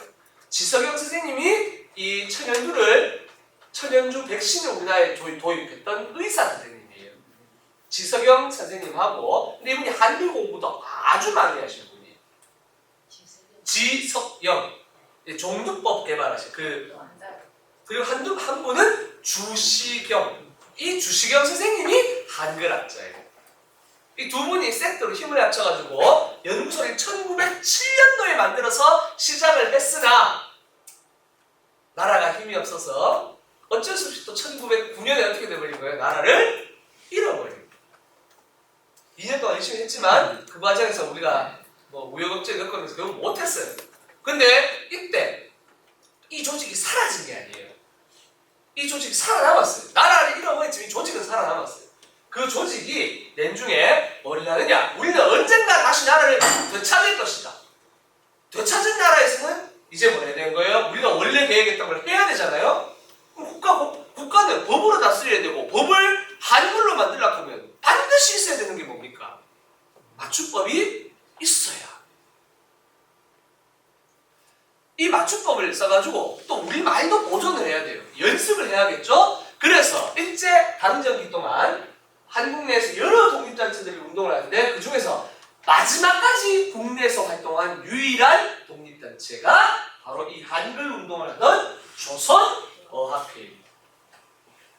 근데 이 조선어학회가 어디서 출발을 하느냐 하면 아까 말씀드렸던 고종임금님 때 만들어진 국문연구회가 국문연구소로 갔다가 나라가 없어져 버렸어요. 근데 이 팀이 내중에 배달말 모임, 한말 모임 이런 걸 만들어서 여러 번의 변화를 겪게 됩니다. 이 모임에서 제일 중요하게 생각했던 사업이 하나 있어요. 그게 뭐냐면 사전 만드는 사업입니다. 결국 글자를 쓰려고 하면 뭐가 있어야 됩니까? 사전이 있어야 되죠. 그래서 이 나라를 잃어버리고 난 이후에도 이분들이 우리는 언젠가는 나라를 되찾으면 이 나라를 법을 가지고 지켜야 되기 때문에 뭘 하느냐? 사전 만들어야 된다. 이래가지고 사전 편찬 작업에 들어갔는데 그 첫 사전, 주시경 선생님이 중심이 되어서 만들었던 첫 사전 원고의 이름이 말모입니다. 말을 모았다는 뜻이에요. 그런데 생각해보세요. 지금도 우리나라 국가에서 돈 들여가지고 사전 만든다 하면 그건 뭐라고 또 하려고 하나? 이렇게 얘기해요. 사람들이. 그때 당시에는 나라가 가뜩이나 재정이 없고 한데 또 일제강점기에 나라 잃어버렸는데 사전 만든다 하면 사람들이 좋아했을까요? 사전 보고 막 쳤잖아요. 그런데도 사람들이 사전 만드는데 돈 시작하면 돈 안 줘요. 더 안 좋겠죠. 제일 처음 돈을 냈던 사람은 육담 최남선 선생이었어요. 광문회라고 하는 개인 사조직을 만들어가지고 돈을 냈어요. 근데 이 양반이 이제 육담 최남선 선생이 기미독립선언서 쓰고 있는 분인데 이분 초창기에는 독립운동을 좀 하다가 뒤에 가서 친일을 행하신 분이에요. 근데 초창기에는 열심히 했어요. 그때 당시에는 돈이 좀 됐는데 자기도 막 먹고 살기 힘들어지고 이러니까 뒤에 가서 친일로 돌아서게 되는 거죠. 근데 이것도 개인 돈을 되다 보니 오래 못 갔어요. 그러다가 그래서 원고가 막 쓰여졌는데 갔다가 돈도 없어져요. 그리고 1914년에 주시경 선생님께서 돌아가시게 돼요. 그러니 이 원고가 뿔뿔이 흩어집니다. 언제 흩어지느냐? 1919년. 주시경 선생님이 1914년에 돌아가시고 1919년 지금으로부터 정확히 100년 전 동네방네 온 동네 사람들이 뭐라고 외쳤습니까? 대한독립 만세를 외치던 그날 3.1 운동이 일어나고 4월 11일에 중국에서 임시정부가 수립이 되었습니다. 올해가 100주년입니다. 그때 이 원고가 유실이 됩니다. 3.1 운동이 일어나면서 전체 탄압이 강화되었고 그래서 이 원고가 뿔뿔이 흩어지게 되는데 두 분에게 나누어서 흩어집니다. 한 분은 김두봉이라는 분이에요. 그리고 한 분은 이윤재라는 분이에요. 근데 이 이윤재라는 분이 주시경 선생님의 양대 제자 중에 한 명입니다. 한 분이 최연배 선생님, 나머지 한 분이 이윤재 선생님인데 사전 편찬 사업을 마지막까지 주도했던 분이 이윤재라는 분이에요. 그 분하고 그 뒤에 젊은 사람이 한 명 더 들어오는데 이금노라는 분이 계셨어요. 이 두 사람의 이야기를 짬뽕해서 만든 영화가 영화 말모입니다. 이거는 사실은 아니고 사실이 그대로 다 보냈기 때문에 섞어서 만들었는데 여기 주인공이 이윤재 선생님이랑 그 다음에 이금노 선생님을 섞어서 만든 영화예요. 네, 그때 아까 말씀드렸던 김두봉이라는 분이 아주 재밌는 분이에요. 이분하고 이윤재 선생님하고 원고를 조금씩 가지고 나눠서 흩어졌는데 이윤재 선생님이 어떻게 물줄을 좀 얻어가지고 돈을 좀 구해가지고 이 김두봉 선생님이 가지고 있던 원고를 갖고 싶었어요. 근데 이 김두봉 선생님은 독립운동에 가담을 했, 3.1운동에 가담을 했다가 일본한테 찍혀가지고 중국에 넘어가지고 임시정부로 망명을 갔어요. 망명 가면서 원고를 가지고 왔어요. 이 사람이 어떤 사람이냐?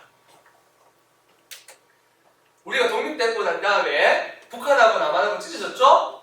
찢어질 때 북한에 가가지고 북한의 정책 이론을 만든 사람이 김두봉 선생이에요. 김일성하고는 관계가 없어요. 그냥 한국 내에서 사회주의 공부를 했던 사람이에요. 한글학자인데 이분하고 북한의 정권을 잡았던 김일성하고 둘이 합쳐서 북한 정권을 만드는데 이 김두봉이라는 분이 내중에 반발을 해가지고 숙청을 당해요. 근데 이분이 뭐 했느냐? 초대 김일성대학교 총장을 지내요. 그리고 북한하고 남한하고 김구 선생님하고 이렇게 해가지고 북한 2명, 남한 2명 이래가지고 연석회의를 한번 한 적이 있어요. 우리 이렇게 따라가지 말고 야 이럴 때가 아니라 힘 합치자 해가지고 6.25 일어나기 전에 직전에 4명이 사자회담을 하는데 그때 남한에 누가 가냐면 김구 선생님하고 김규식이라는 분이 가시는데 이분이 김구 선생님의 쉽게 하면은 부통령 그때 당시에 임정의 부통령을 지낸 분인데 이 두 분이 남한에서 올라가고 북한에서는 김일성하고 금방 김두봉 선생님이 오세요.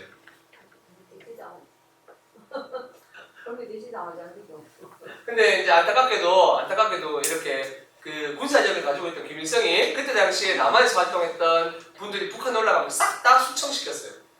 정권을 잡기 위해서. 근데 남한에서 활동했던 분들 중에는 뭐 러시아하고 줄이다는 게 아니고 그냥 사회주의 운동가들이 있었어요. 독립운동하는 분들 중에. 그런 분들이 임정으로 넘어와서 공부하고 있다가 북한 팀에 합류를 하게 되는데 합류했다가 거의 대부분 다 수청을 당해요. 남한에 있던 군부에서 올라가서 수청당한 사람이 최근에 논란이 되고 있는 약산 김원봉 선생님이세요. 요 드라마의 주인공 지금 윤계상이라는 사람 나오는데 지금 이금노라는 분하고 이윤재라는 분이 짬뽕된 겁니다. 이 조선어학회가 30년대 이후에 사전을 이 말모이를 가지고 이윤재 선생님이 중심이 되어서 여러 사람들과 함께 마지막까지 사전을 만들어가게 되는데 1942년도에 사전이 완성이 됩니다. 41년도 말에 완성이 됐는데 이걸 일제가 가만히 놔뒀을까요? 안 되겠죠? 인쇄소를 꽉 잡고 있기 때문에 못해요. 그래서 어떻게 했냐면 가져가서 원고의 3분의 1 정도만 들고 가가지고 싹 속여가지고 요거 너 입맛에 맞게끔 출판할게 해가지고는 어쨌든 간에 그럼 요거 수정해 이렇게 해가지고 지침을 받아가지고 인쇄 허가를 받았어요. 그래서 42년도에 딱 출판을 준비하고 있다가 독립운동에 나가게 되는 거예요. 그래서 42년도에 조선어학회 관련자분들이 싹 잡혀가게 됩니다. 그게 조선어학회 사건 가는 거예요. 이게 이제 우리 광복 직전에 마지막 독립운동이었어요. 근데 이분들 똑똑하기 때문에 그냥 안 당했어요. 이 일제 검사들하고 판사들한테 막 계속 논리적으로 반박을 하는 거예요. 내봐라, 독립운동 취재했는데 내봐라 하면서 계속 했는데 결국 뭘 못하느냐? 증거를 못 대요. 못 댔는데 이 사람들이 마지막으로 했던 방법이 뭐냐? 요것이 서점 가보고 하면서. 그래서 사전을 가지고 와서 재판에 넘기려고 했는데 독립돼요. 광복이 됩니다. 그래서 이 원고가 사라져버렸어요. 마지막 한 권 남았던 30년 넘게 걸쳐서 만들었던 이 사전이 재판 과정에서 사라지게 됩니다. 광복 직후에 이분들이 사전 찾아서 전국 방방곳곳을 돌아다녔는데 결국 사전을 못 찾았어요. 그런데 어느 날 9월달, 한 달 지난 9월에 어디서 발견됐냐? 경성역, 지금부터 서울역 운송창고에서 발견됩니다. 마지막 재판 때 이 증거 자료로 쓰려고 가지고 왔다가 놔놓고 재판 못하고 광복돼버린 바람에 그게 거기에 소개됐던 것이 발견되면서 지금 살아남아서 조선말 큰 사전이 되었습니다. 그리고 그 조선말 큰 사전이 90년도에 다시 우리말 큰 사전으로 바뀌고요. 여기에 북한에서 사전을 만들었거든요. 북한에서 들어온 사전, 조선말 큰 사전, 대사전과 우리 남한의 여러 출판사들이 만들었던 사전들이 다 합쳐서 국가에서 만든 사전이 하나 있습니다. 그게 표준 국어 대사전이라는 겁니다. 그리고 그 후에 지식백과라고 해가지고 다양한 백과 사전을 합쳐서 국가에서 최근에 우리말 셈이라고 하는 사전을 하나 만들었는데 제가 그때 집필진으로 참여를 했었습니다. 그리고 박사 논문은 사전으로 썼습니다. 100년 걸렸습니다. 국가사전 만들어지는데 100년 걸렸고요. 물론 지금 문제 많습니다. 욕을 엄청 개같이 먹습니다. 잘 못 만들었다고. 그러나 이래저래나 저래마다 어쨌든 만들었습니다. 근데 이게 얼마나 중요한 거냐면요. 이 사전이 앞으로 대한민국을 먹여 살리는 핵심 기술이 됩니다. 인공지능 시대가 오고 있지 않습니까? 인공지능은 딴 거는 모르겠지만 하나가 확실해요. 기계가 사람처럼 머리를 해야 말을 해야 인공지능이죠. 그럼 기계가 뭐를 배워야겠습니까? 말법을 배워야 되죠. 사람이 말법을 배울 때, 외국어 배울 때 제일 많이 보는 게 뭡니까? 사전이잖아요. 인공지능이 완성이 되려면 반드시 있어야 되는 게 뭡니까? 사전. 100년 걸렸습니다. 문제가 많지만 그 기나긴 세월 동안 우리가 우리말을 지키기 위해서 만든 사전이 이제 이 위기 상황에 전 세계가 인공지능을 만들려고 뛰어드는 이 시대에 빛을 발하고 있습니다. 앞으로 이 사전이 어떻게 할지는 모르겠지만 우리가 이 100년간의 전력을 잘 활용한다면 가장 빠르게 인공지능을 완성할 수도 있습니다. 그게 지금 맞춤법 개정안에 그 전에 받아가지고 거의 안 맞는데. 그런 것들이 그래서 더 정비를 해가려고 하는 겁니다. 이제 안 맞아서 생기는 문제들이 있기 때문에 이제부터 더 맞춰가요. 그래서 맞춤법이 더 필요한 상황이 되어버렸어요. 컴퓨터는 당장은 옷 잘못 써버리면 인식이 잘 안 되기 때문에 우리가 맞춤법 정비를 잘 해놔야 어떻게 되냐면 이제 그 말을 익히고 되는 겁니다. 근데 컴퓨터는 우리가 지금은 이 말 사전을 만들기 위해서 말모의가 필요했는 것처럼 빅데이터라고 하는 글모의가 필요한 상황입니다. 컴퓨터는 글을 통해서 말을 배우기 때문에 우리가 지금까지 만든 이 사전과 사람들이 인터넷에서 막 쓰고 있는 이 글이 합쳐져서 앞으로 인공지능 기술 개발이 될 텐데요. 어떻게 갈지는 모르겠습니다. 근데 이 오랜 세월 한 나라 말을 지키겠다고 했던 이것이 나라가 만들어진 초창기에는 법을 만들었고 그 법이 지금 현재 세계 10대 강국에 올라설 수 있는 토대를 만들었고 이제는 기술 변혁 시기에 인공지능 기술 개발을 위한 토대가 되고 있습니다. 근데 사람들이 이제 늘 기술은 컴퓨터과라고 생각해가지고 관심을 안 가지시는 거죠. 굉장히 중요한 건데 안타깝지만 여기 계신 분들이 좀 관심을 가지시고 앞으로 국가에서 사전 만들자 하면 왜 또 만드냐 가지 말고 저것 때문에 만드는구나 하면서 옆에 계신 분한테 이것 때문에 하니까 잘만 말고 임마 사전 만들어야 돼 이렇게 한 말씀씩 해주셨으면 좋겠습니다. 그렇게 해주실 거죠? 네. 그럼 박수 한번 주시겠습니다. 이때 당시 조선어학회에서 1935년에 사전 만들기 전에 단어 뭘로 선정할지 회의할 때 찍으셨던 사진이고요. 그때 쓰셨던 회의록과 원고입니다. 그 이후의 문제입니다. 이 조선어학회가 사전만 만들어왔는 건 아니에요. 국가의 지구면제 지정되는 대다수의 보물들이 어떻게 되었냐면 그때 당시 일제시대 때 발굴이 되었어요. 그 중에서 조선어학회가 제일 관심 가졌던 꼭 찾고 싶어 했던 보물이 있었는데 그게 뭐냐면 훈민정음이었어요. 이때 훈민정음은 뭐냐면은 글자 만드는 책 이름. 근데 아까 말씀드렸지만 해례본이 아직 발견이 안 됐을 때예요. 그러니까 이분들은 해례본이 있다는 사실을 몰랐어요. 해례가 있다는 사실은 알았어요. 적혀있기 때문에. 해례를 본 사람이었기 때문에 해례본이 어떻게 생겨먹는지 모르는 거예요. 근데 나랑 말싸미 뒷귀가더라 문자로 사러 사막기할세 하는 이 판본은 여러 사람이 봤던 거예요. 그 진짜 판본을 찾고 싶어서 20년대부터 이 판본을 찾는다고 신문기사문을 계속 냅니다. 1927년도에 신명균이라고 조선어학회 분이세요. 훈민정음 원본에 대해서 칼럼을 썼는데 이 내용에 보면 이때 당시에 박시본이라고 하는데 박승빈이라는 개인 소장자가 가지고 있던 판본이 하나 발견이 됩니다. 이렇게 생겼습니다. 근데 우리가 앞에 봤던 거하고 조금 다르죠? 나라 뭐라고 되어 있습니까? 말소리. 근데 이 판본은 어떻게 됐냐면 이 부분이 찢어져 있는 거를 복원하는 거예요. 이 뒤에 보는 석고상전이랑 같습니다. 이게 다른 거예요. 누가 진짜일까 놓고 싸우는 거예요. 아직 모르기 때문에 이게 니께 맞니 내게 맞니 하면서 싸우는 글이 여기 올라와 있는 거예요. 근데 지켜본 결과 요거는 진짜가 아닌 것 같다라고 하는 글이에요. 그리고는 1929년도에 드디어 굉장히 놀라운 것이 발견됩니다. 지금 보는 이건데요.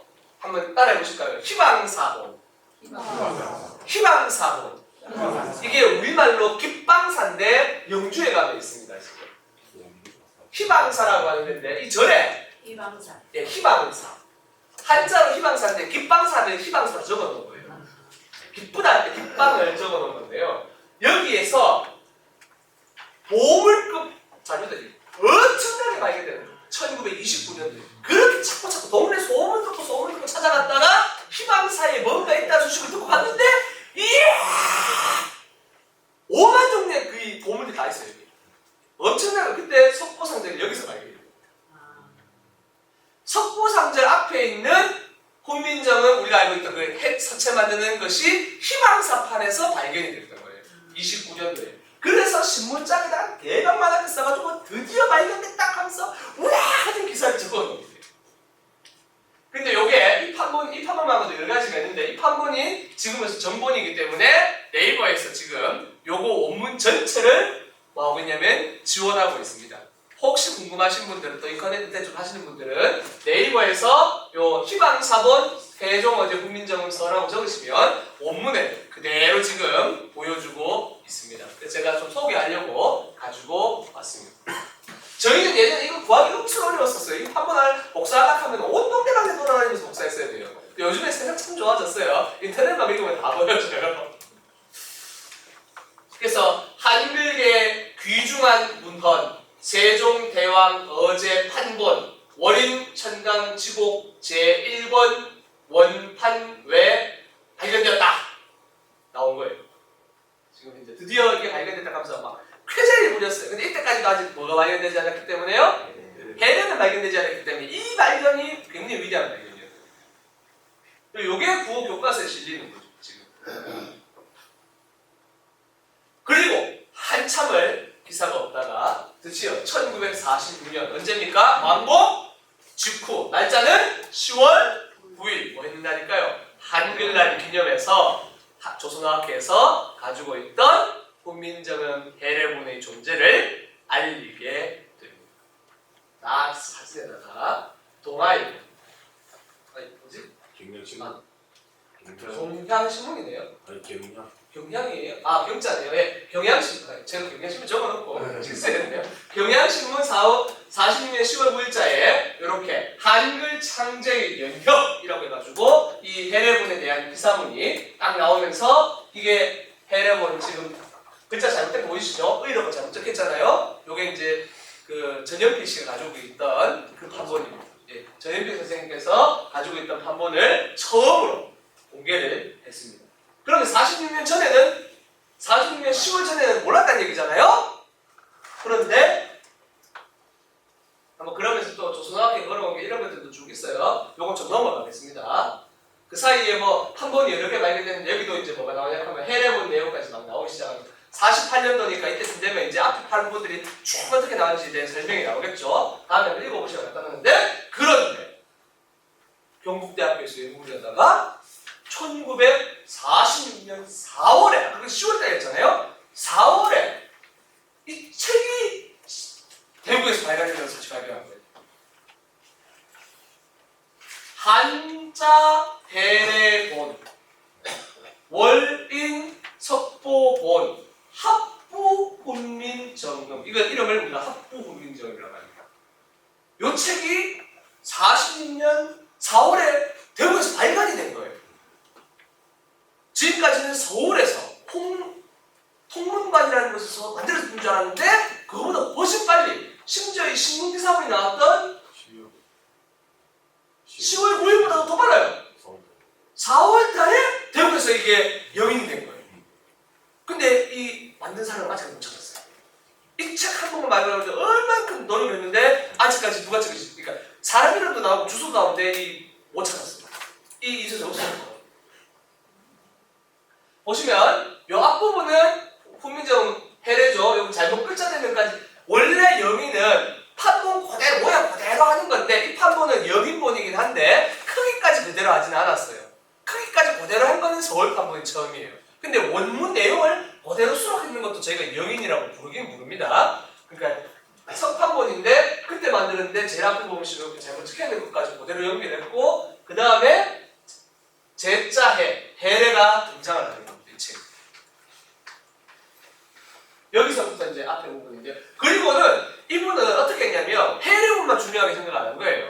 해례문도 있어야 되지만 원인석법은 한문본도 굉장히 중요한 판본이기 때문에 같이 영인을 해주신 거예요. 뒤에다가 두 개를 합쳐서 영인을 해주신 거예요. 여기서 이렇게 나갑니다. 그리고 뒤에 이분이 어떤 분이신지 영문도 잘 모르겠는데요, 이 책이 연구를 굉장히 많이 한 책이에요. 글자가 어디가 잘못되었는지 오탈자 연구를 해가지고 오탈자에 대한 설명을 뒤에다 붙여서 나왔어요. 이거는 조선어학회에서밖에 몰랐던 사실이거든요. 조선어학회 연구했는 분들만 알고 있던 사실인데 그 내용이 여기 나와요. 근데 이분이 지금 누군지 모르겠어요.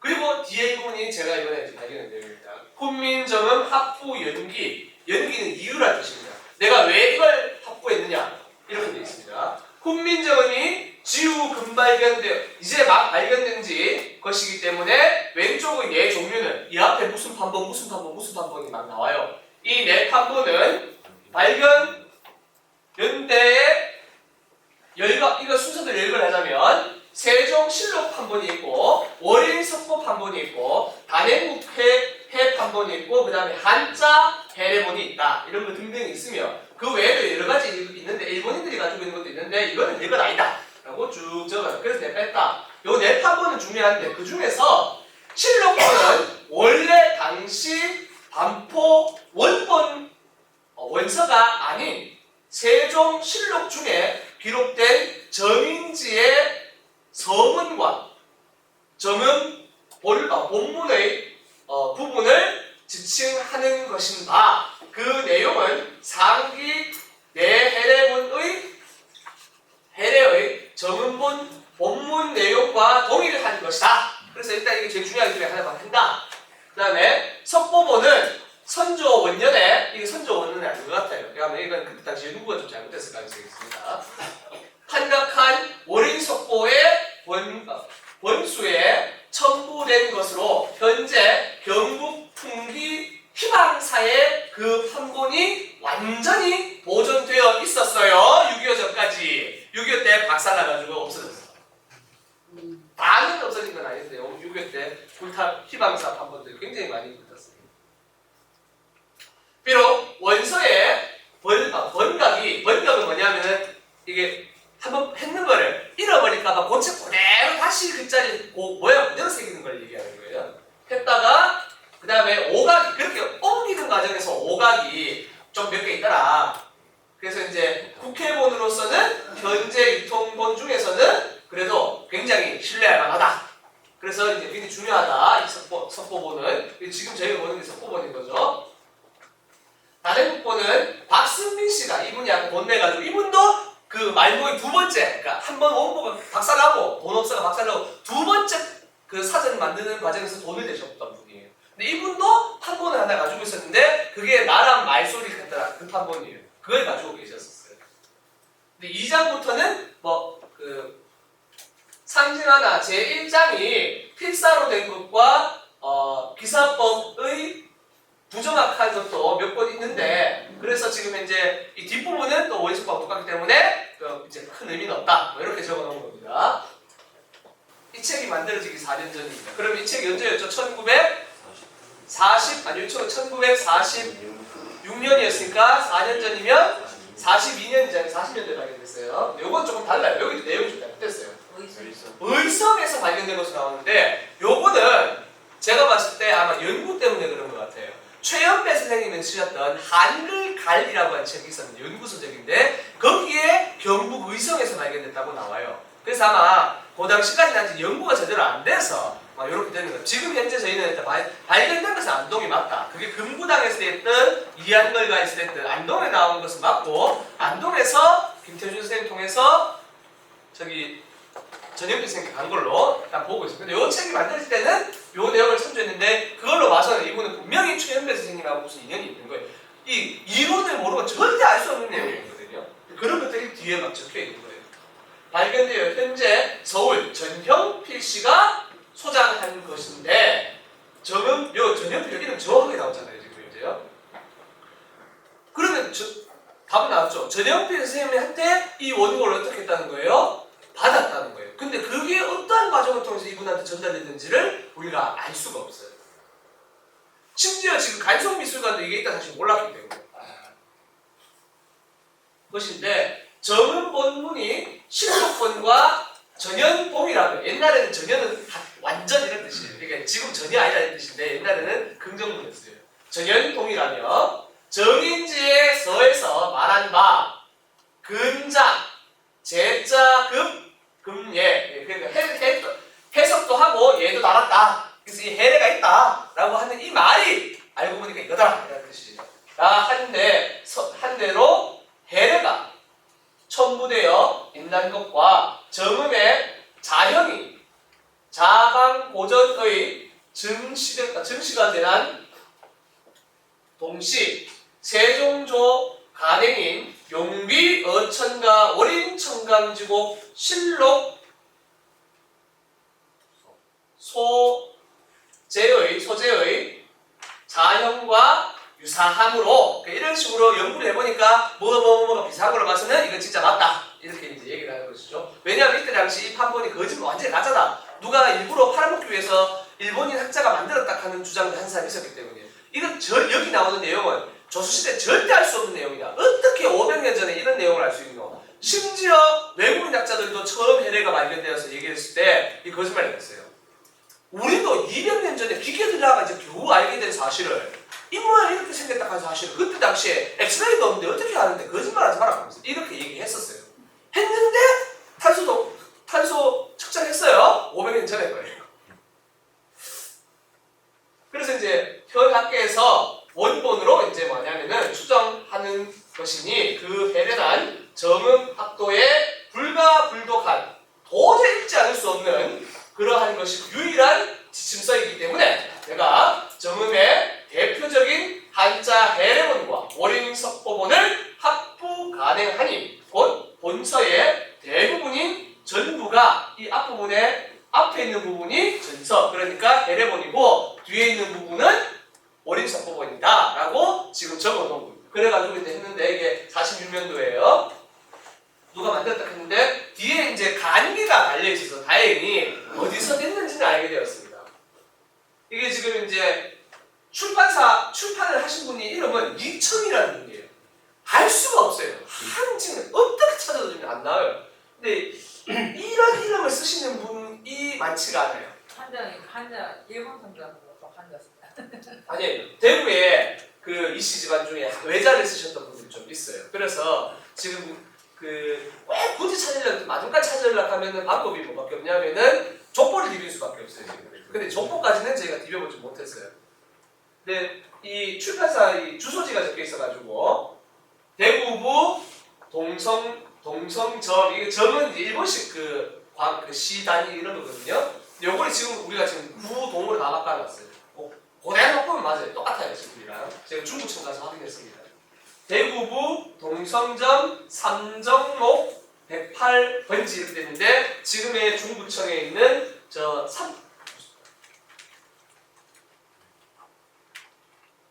갑자기 동 이름이 기억이 안 납니다. 찾아다니는데 주소를. 네, 동성로 일가의 108번지예요. 여기에 이제 발행처가 이름이 창량각으로 되어 있는데 시집을 40 이후에 한번 냈던 기록이 지금 확인되는데 도저히 누군지 모르겠어요. 누가 함께 좀 그래서 대구시가 좀 함께 좀 찾아줬으면 좋겠는데 가족분들 좀 찾고 싶은데 저희의 이 학계의 힘으로는 이제 내상 어려운 상황이고 혹시라도 누가 좀 이 족보를 보고 좀 디비면은 나올 수도 있지 않을까 하면서 최근까지 이 앞에 오셨던 백두현 선생님께서 발견하셨거든요. 이 앞에 오시고 뒤에 오시는 백두현 선생님이 이 내용을 처음 발견하셔가지고 일본 학계에다가 발표를 하셨어요. 그래서 이제 그 후로 이거 같이 찾아보자고 많이 했는데 아직까지 못 찾고 있습니다. 여기입니다. 요게 이제 대구의 중앙로에 지하철 쭉 지나가는 길이고 여기가 이제 저 대구 백화점 있는 데다 그죠? 쭉 올라오다 보면 여기 삼거리 쪽 있으시잖아요. 삼거리요. 동성 쪽 요거가 이제 산덕 파출소인 데고 중앙 파출소인 데고 요 지점 가기 직전에 안에 지금 이제 가면은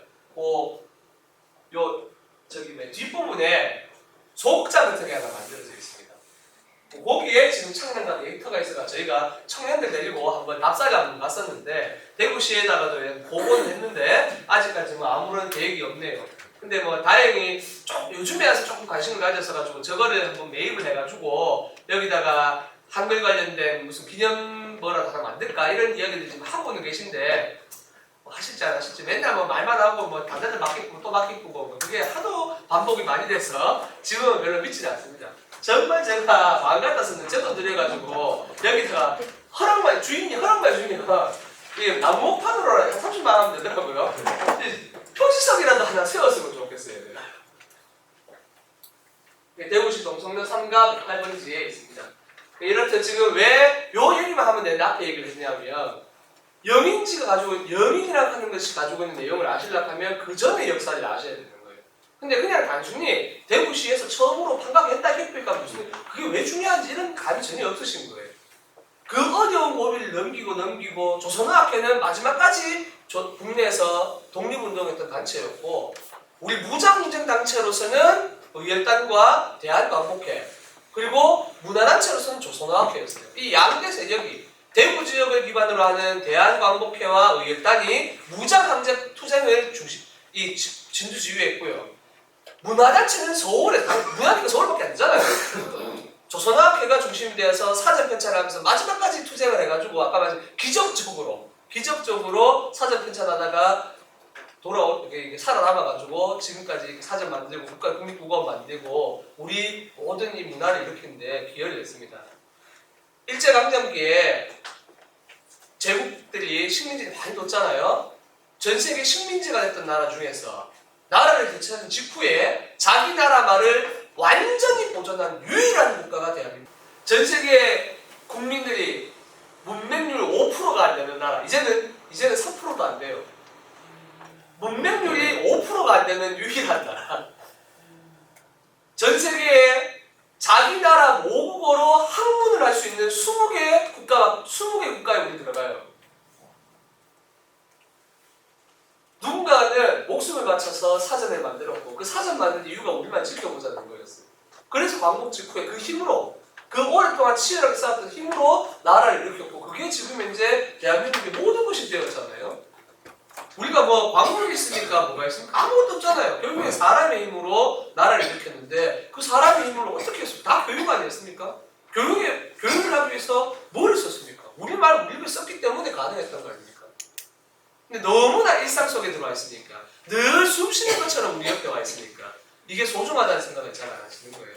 생각해보세요. 도서관도 한글이 없으면 이렇게 운영이 될까요?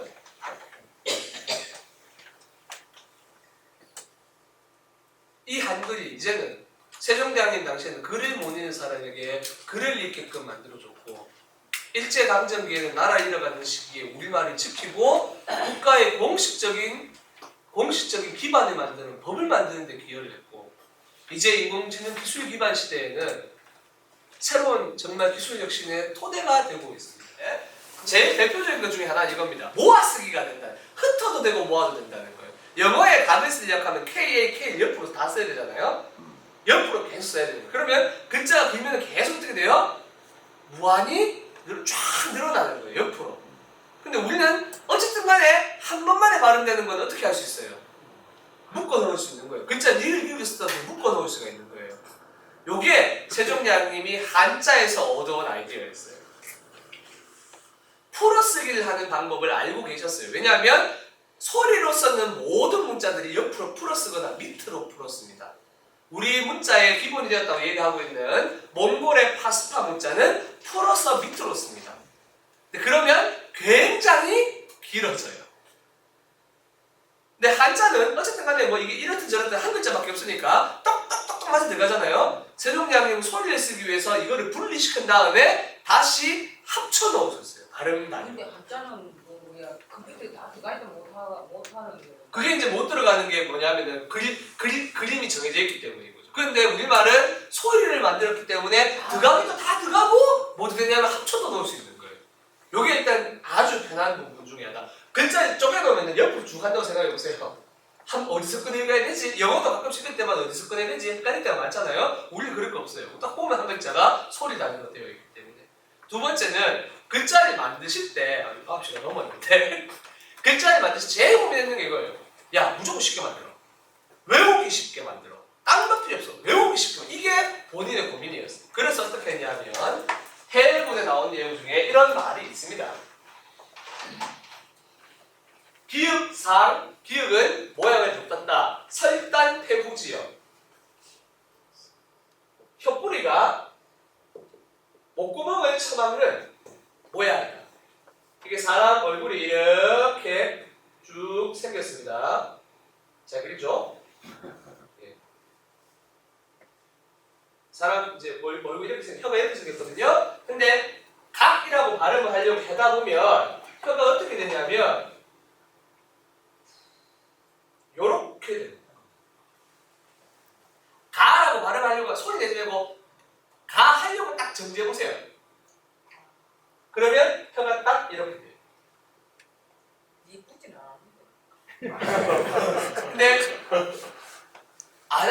소리 안 내고 정지했기 때문이고 갔다 오면 무조건 붙었다 떨어져요. 안 붙었다가는 가가 안 나요. 가. 우리 안 붙으면 병원에 가고 있어. 이거는 지금 현재 그 엑스레이를 찍으면 정확하게 나옵니다. 그럼 나는 어떻게 해요? 나는 혀 앞에 붙거든요. 혀가 이렇게 됩니다. 그러니까 처음 배울 때 몇 번, 지금 우리는 이렇게 배울 필요가 없는 게 워낙 머리가 똑똑하기 때문에 보는 게 많아서 이렇게 배우는 것보다 그냥 갖다 놓고 그냥 남 놓고 기읍자 이렇게 배우는 게 빨라요. 그런데 전혀 모르는 상태에서 배울 때는 이게 빠른 거예요. 자, 가 해봐. 하다 보면 배우는 사람이 자기 입모양으로 기억을 하니까 어떻게 할 수 있을까요? 기억을 지금 우리한테 이게 불편하고 우리 머릿속에 내용이 있기 때문이에요. 전혀 모를 때는 이렇게 기억을 하는 거예요. 마 할 때는 입모양. 쓸수. 예? 수능. 수능. 네, 수능. 니은. 그 다음에 목구멍 안에 있는 이음. 그리고 우리는 지금 국어학자들은 위에 걸 쓰는데 세종대왕님은 밑에 걸 쓰셨어요. 그래서 이빨 모양 어떻게 생겼죠? 치음인 시오. 이렇게 기본 글자를 만드셨어요. 목구멍 막는 소리, 그 다음에 입술 소리, 입 모양, 그 다음에 이 모양, 그 다음에 혀가 앞에 천장에 닿는 모양, 그 다음에 목구멍 모양을 만들어 놓고 글자를 그어 가시는 거예요. 이렇게, 이렇게, 이렇게, 이렇게, 이렇게, 이렇게, 이렇게, 이렇게 붙여가는 방식으로 글자를 만드셨습니다. 그리고 붙이는 모양에 이유가 있습니다. 그 위치에서 나는 소리입니다. 이걸 어떻게 알았을까가 지금 현재 언어학자들의 의문인데요. 그런데 이건 중국의 서문학에서 알고 있었습니다. 그러니까 중국 서문학 연구도 많이 하셨다는 거예요. 근데 중국의 서문 한자들은 글자 단위로 모아놨는데 글자들 사이 모양 사이에는 아무 연관성이 없는 거예요. 그러니까 글자를 외우기가 어려운 거예요. 근데 우리는 처음부터 만들제 모아놓고 글자를 만들었기 때문에 외우기가 쉬운 겁니다. 얼마나 쉽냐면요. 아까 아무리 무식한 놈도 한 반나절 배운다 했잖아요. 사실이고. 제가 제 후배 중에 지금 제 후배인데 인도네시아 그 가자마자 대학의 국립대 교수가 된 친구가 한 명 있어요. 저와 같이 공부 시작했는데 그 친구는 인도네시아에서 왔다 보니까 지금 돌아가서 바로 교수가 됐는데 그 친구가 굉장히 똑똑한 국비 장학생이었어요. 그 나라에서 딱 똑같은 친구예요.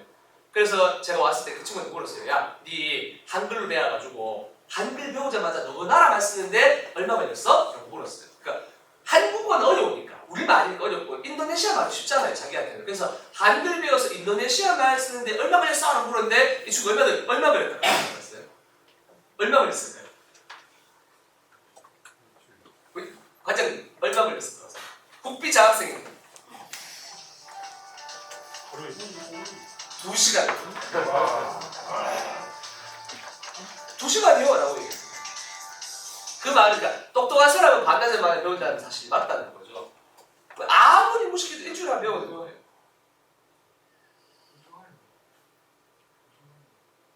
우리 선생님 얘기하신 거 우리 말은 어려워요. 이게 희한한 게요. 글자는 전 세계에서 제일 쉬운 글자인데 말은 우리말 문법을 가지고 우리 말은 전 세계에서 가장 어려운 언어 중에 하나예요. 우리 언어로 치면은 굉장히 고급당해. 미국이 전 세계에다가 미군을 파견해야 되기 때문에 나라마다 언어 등급을 정해놨어요. 자기들 학습하기 위해. 죄송합니다. 학습 등급을 정해놨는데 그 중에 4등급이 제일 어려운데 이 4등급이 2개 언어가 올라와 있는데 하나가 일본어로 하나가 우리 한국어예요.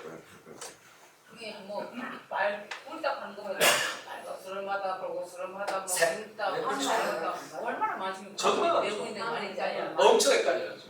그러니까 말의 그 어떤 감성도 풍부하고 말이 자꾸 바뀌고 먹고 먹으니 먹을수록 먹으면 먹는데 뭐 말이 자꾸 바뀌고 거기다가 뭐 조서도 엄청 많아요. 밥을 밥도 밥만 계속 바뀌어요. 그래서 외국인들이 어려워하는 건 맞아요.